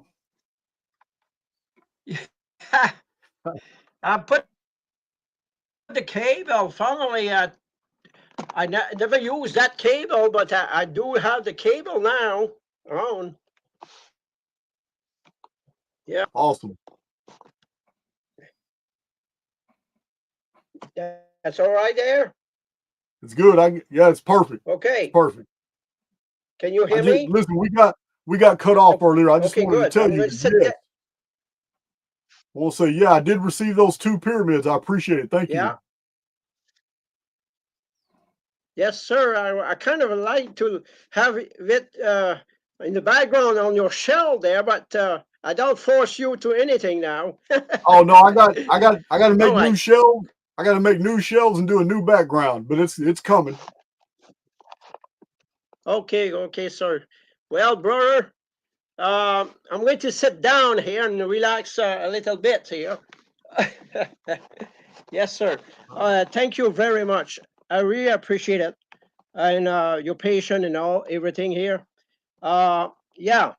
So I do have a question, and All right. but first, yeah, first I want to tell you how much I appreciate you in everything. So yeah, if I go with the question, is this one? My goodness, you know, in this construct that we are now, we have a fellow named Abraham. Abraham, that one from the what the Old Testament tell us about and you say about the pyramid. He was reading the what was on the Right. pyramid. The Right. thing is, Abraham, his God, he was not Yahweh, right? Right. Right. So I wonder why in the Old Testament they have him to kill his son. What was going on there? Yeah. That's gonna be the we don't have that tradition with Brahma and Saraswati. We don't have that in the Abraham legends. We see even in the Canaanite text we have Abram. We have this figure in ancient times. What you're describing now is the Jewish rendition, the Jewish Yeah. version that was added. This isn't anywhere in the historical record. This is not verifiable. It's just this is what we would call an interpolation. That Yeah. story probably never existed. As a matter of fact, Abraham is the Jewish version of this patriarch. His original name was Brahma, and in reverse was Abram. Yeah. In the reverse was Abram, but Abraham is the hijacked part. It's the fiction that was introduced later by these people. Yeah, there's nothing in the record about there's nothing you can find anywhere in historical record about any of these events. They're just, Yeah. and like I said, you can look in Smith's Bible Dictionary or in Cruden's Bible Dictionary. These are Bible dictionaries from the 1800s. In those Bible dictionaries, when you look up Abram, you will find out that it is a name that's been found, like in the Sheshonk list. It's been found in Sheshonk or Ugarit, some maybe Rashamra in some Canaanite text. Mhm. This has been found, but in my Lost Scriptures of Giza book, I cite the Egyptian text that talks about the 110-year-old man that came into Egypt and shocked Pharaoh's court by knowing the secret numbers of Thoth, and he understood the mysteries of the gods. And it's interesting that in Genesis, Abraham was 110 years old when he journeyed into Egypt. Remember when Pharaoh tried to kidnap Sarai or Sarah? Yeah. So we have this ancient story, but the Abraham part is just it's fiction. It's a hijacking, and it was Yeah. probably written around the 4th or 5th century BC by the Jews in Babylon, because there's nothing before the 5th century BC of any type of Abraham type figure.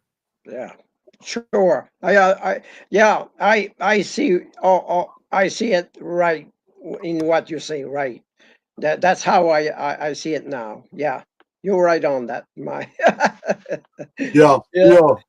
yeah. The Book of Jasher has Abram. He wasn't called Abraham until later, and that's just Jewish story. But Yeah. in the Book of Jasher, his name was Abram, and he was the son of Terah, who was a Babylonian military general who served under Nimrod, who was called Amraphel. This is the same as Amar Udak, the Yeah. Sumerian king. So Yeah. there is historical precedence for his existence, but the transition from Abram to Abraham is good old Jewish fiction. Yes. Yes. That's the answer. Yeah. Sure. I see all of it now. Oh my goodness. Yeah, man. Yes. All right, Well. bro. We hit Yeah. that 3 hour mark, and I'm Yeah. tired. I'm about to go. But this has No. been a No. good No. show. Yeah. Hey, Jason. Don't stop to have us on your site like that. You know, I like to see who is looking. You know, because we cannot always travel. You know, and it's good to see face, you know, who the other Aaron are of the Yeah, Archaix. man. Yeah, we're gonna do this a lot more often. We're gonna do this a lot more often. I appreciate it. Yes, sir. Thank you, All right, brother. all right, Joseph. Thank you. All right, guys, it's been real. Had some fun. But it's time. Let me get him out the studio. Let me see what kind of outro I'm going to do. Yeah, this has been a blast. And I'm going to continue to be an occasional adult. Let's see. I got something in here.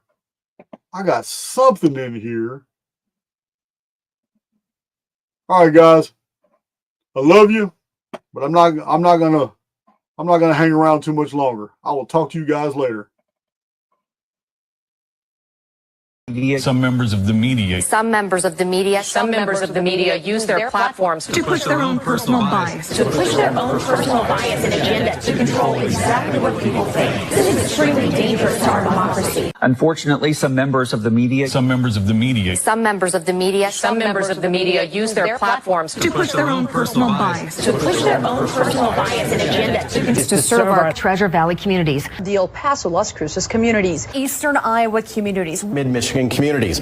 We are extremely proud of the quality, balanced journalism that CBS 4 News produces. But we are concerned about troubling and irresponsible, one-sided news stories plaguing our country. The sharing of biased and false news has become all too common on social media. More alarming, some media outlets publish these same fake stories without checking facts first. The sharing of biased and false news has become all too common on social media. More alarming, some media outlets publish these same stories without checking facts first. Unfortunately, some members of the media use their platforms to push their own personal bias and agenda to control exactly what people think. And this is extremely dangerous to our democracy.